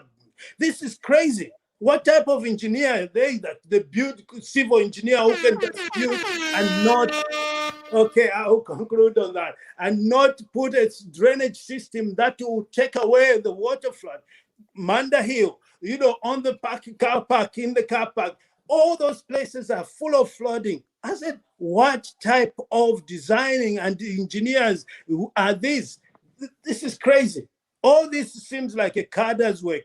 They're giving the contract to the cadres. McKinney, they built a furrow, they just reached somewhere and that's stuck. As you go to Garden Compound there, somewhere, Garden City, somewhere there, it's all stagnant. All these things, there's no planning. Nobody's in control. Nobody's checking on these projects that they gave contracts to, and the guys have got away with it. I left my case. Thank you, Mr. Mtonga. Who's next? I see Mark James, you're ready. Go for it, Mark James. Okay, thank you. I think this is a very interesting issue to deal with. I will start by, that's a government property, and the Zambian people are the government. We are the government. So my understanding is that if that property is for the Zambian people, then it should not belong to a selective few. The question is, the issue is well known. That land, that Forest 27 has been there time immemorial. The council, they are aware of that. Government have been there past, the land has been there. Is the question why in the previous government? What went wrong? So if you look at the people who possess that land or who shared that land, as you have rightly put it, Muna, that there are people who are linked to the PF, then just that on that disqualifies, because they cannot stand or they cannot represent the Zambian people. Just from one organization, people get that land and build whatever they want to build.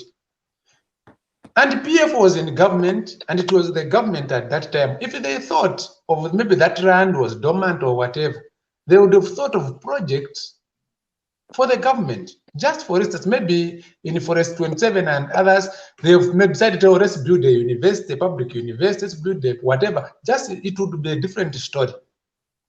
Not whereby individuals who are in authority and appointing and making all these suggestions, they are the one occupying the same land. It is not acceptable to the Zambian. We therefore support the new Dawn government with the idea of repossessing that land back to the Zambian people.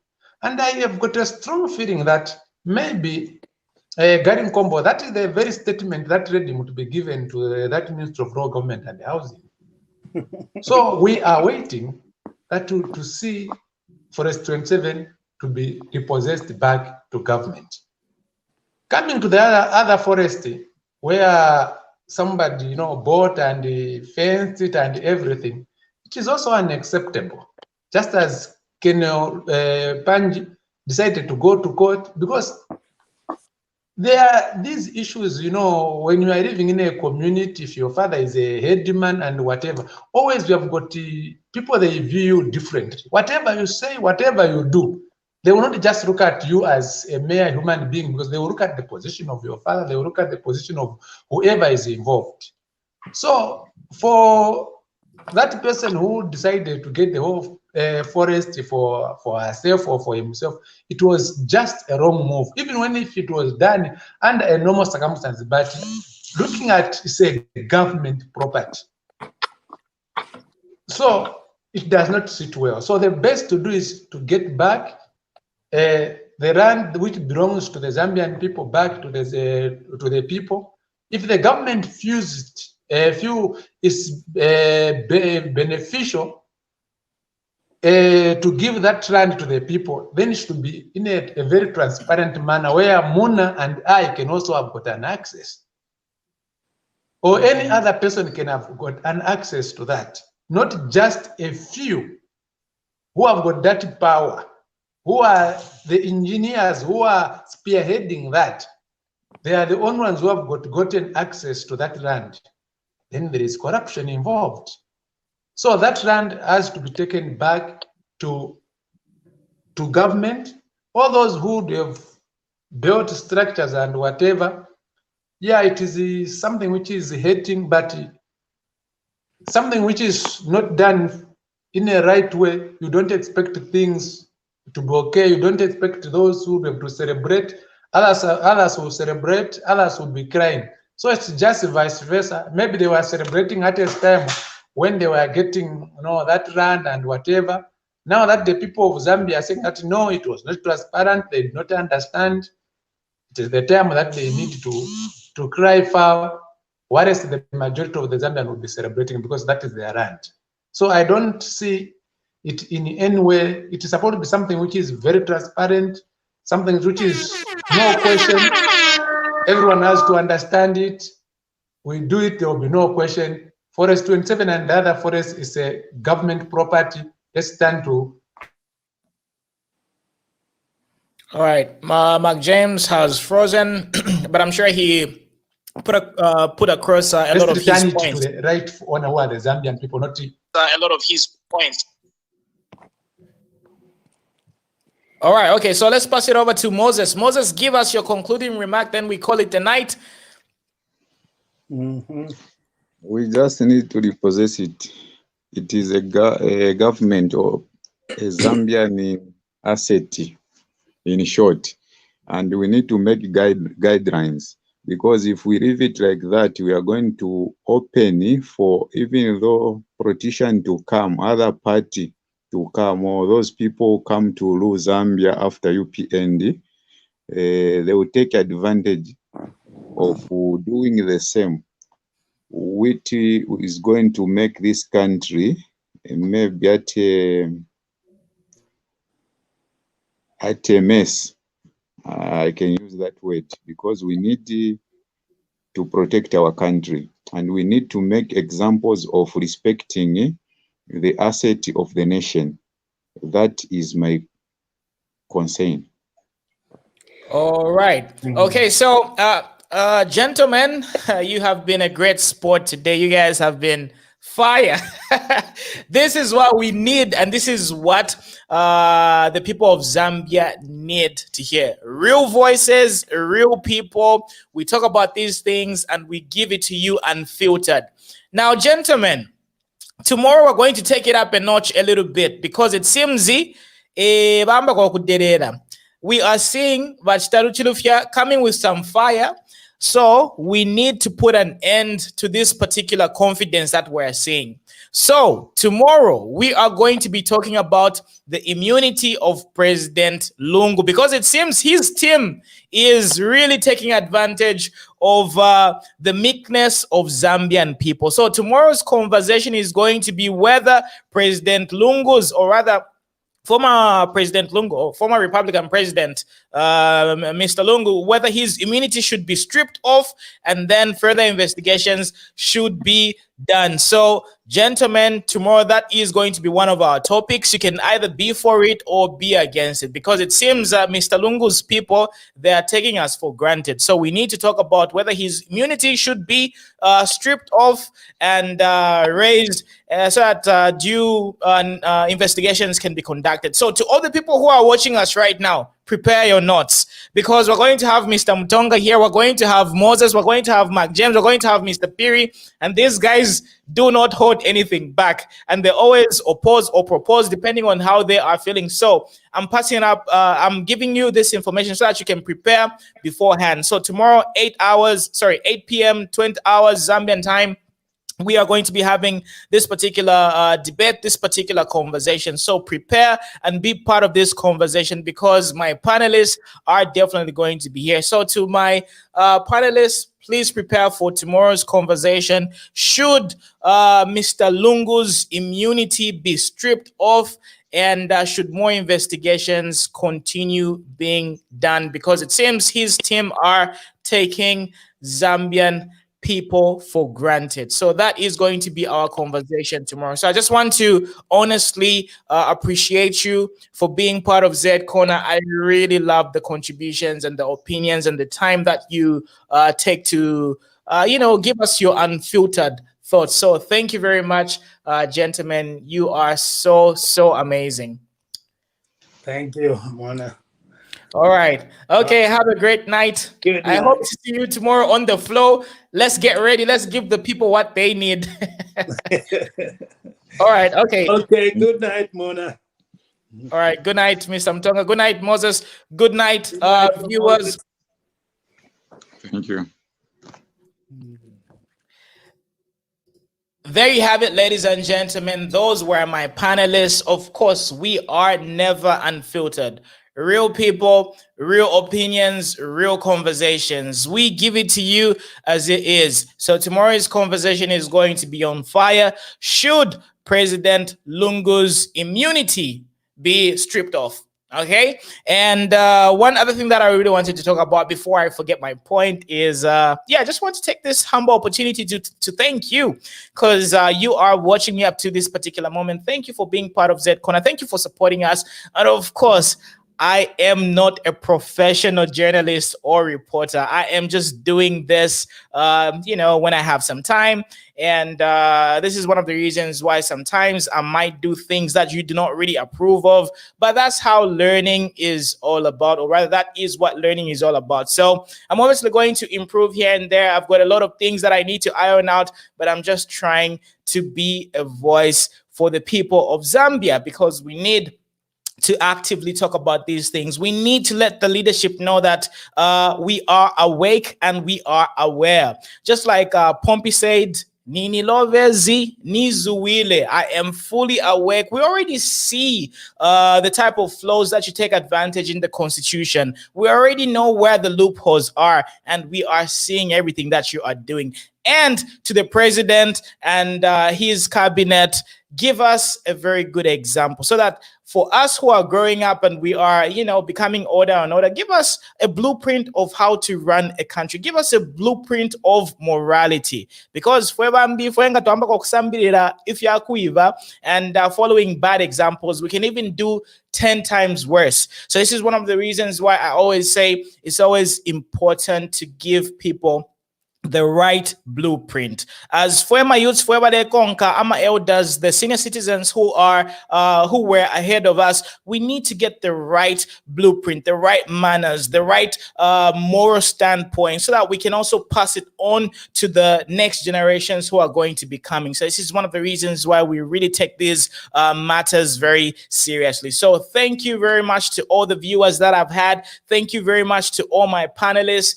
I cannot function without my panelists. So all the regular visitors, all the regular regulars, all the people who are on my panel on a daily basis, I just want to appreciate you. That's just how we roll. So thank you very much. Have a great night. This has been your host, Muna, the unofficial Litunga.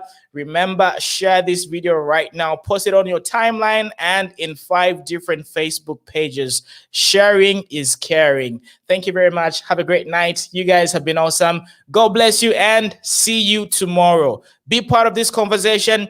Prepare your notes and let's talk about President Lungu's immunity. Thank you and have a great night.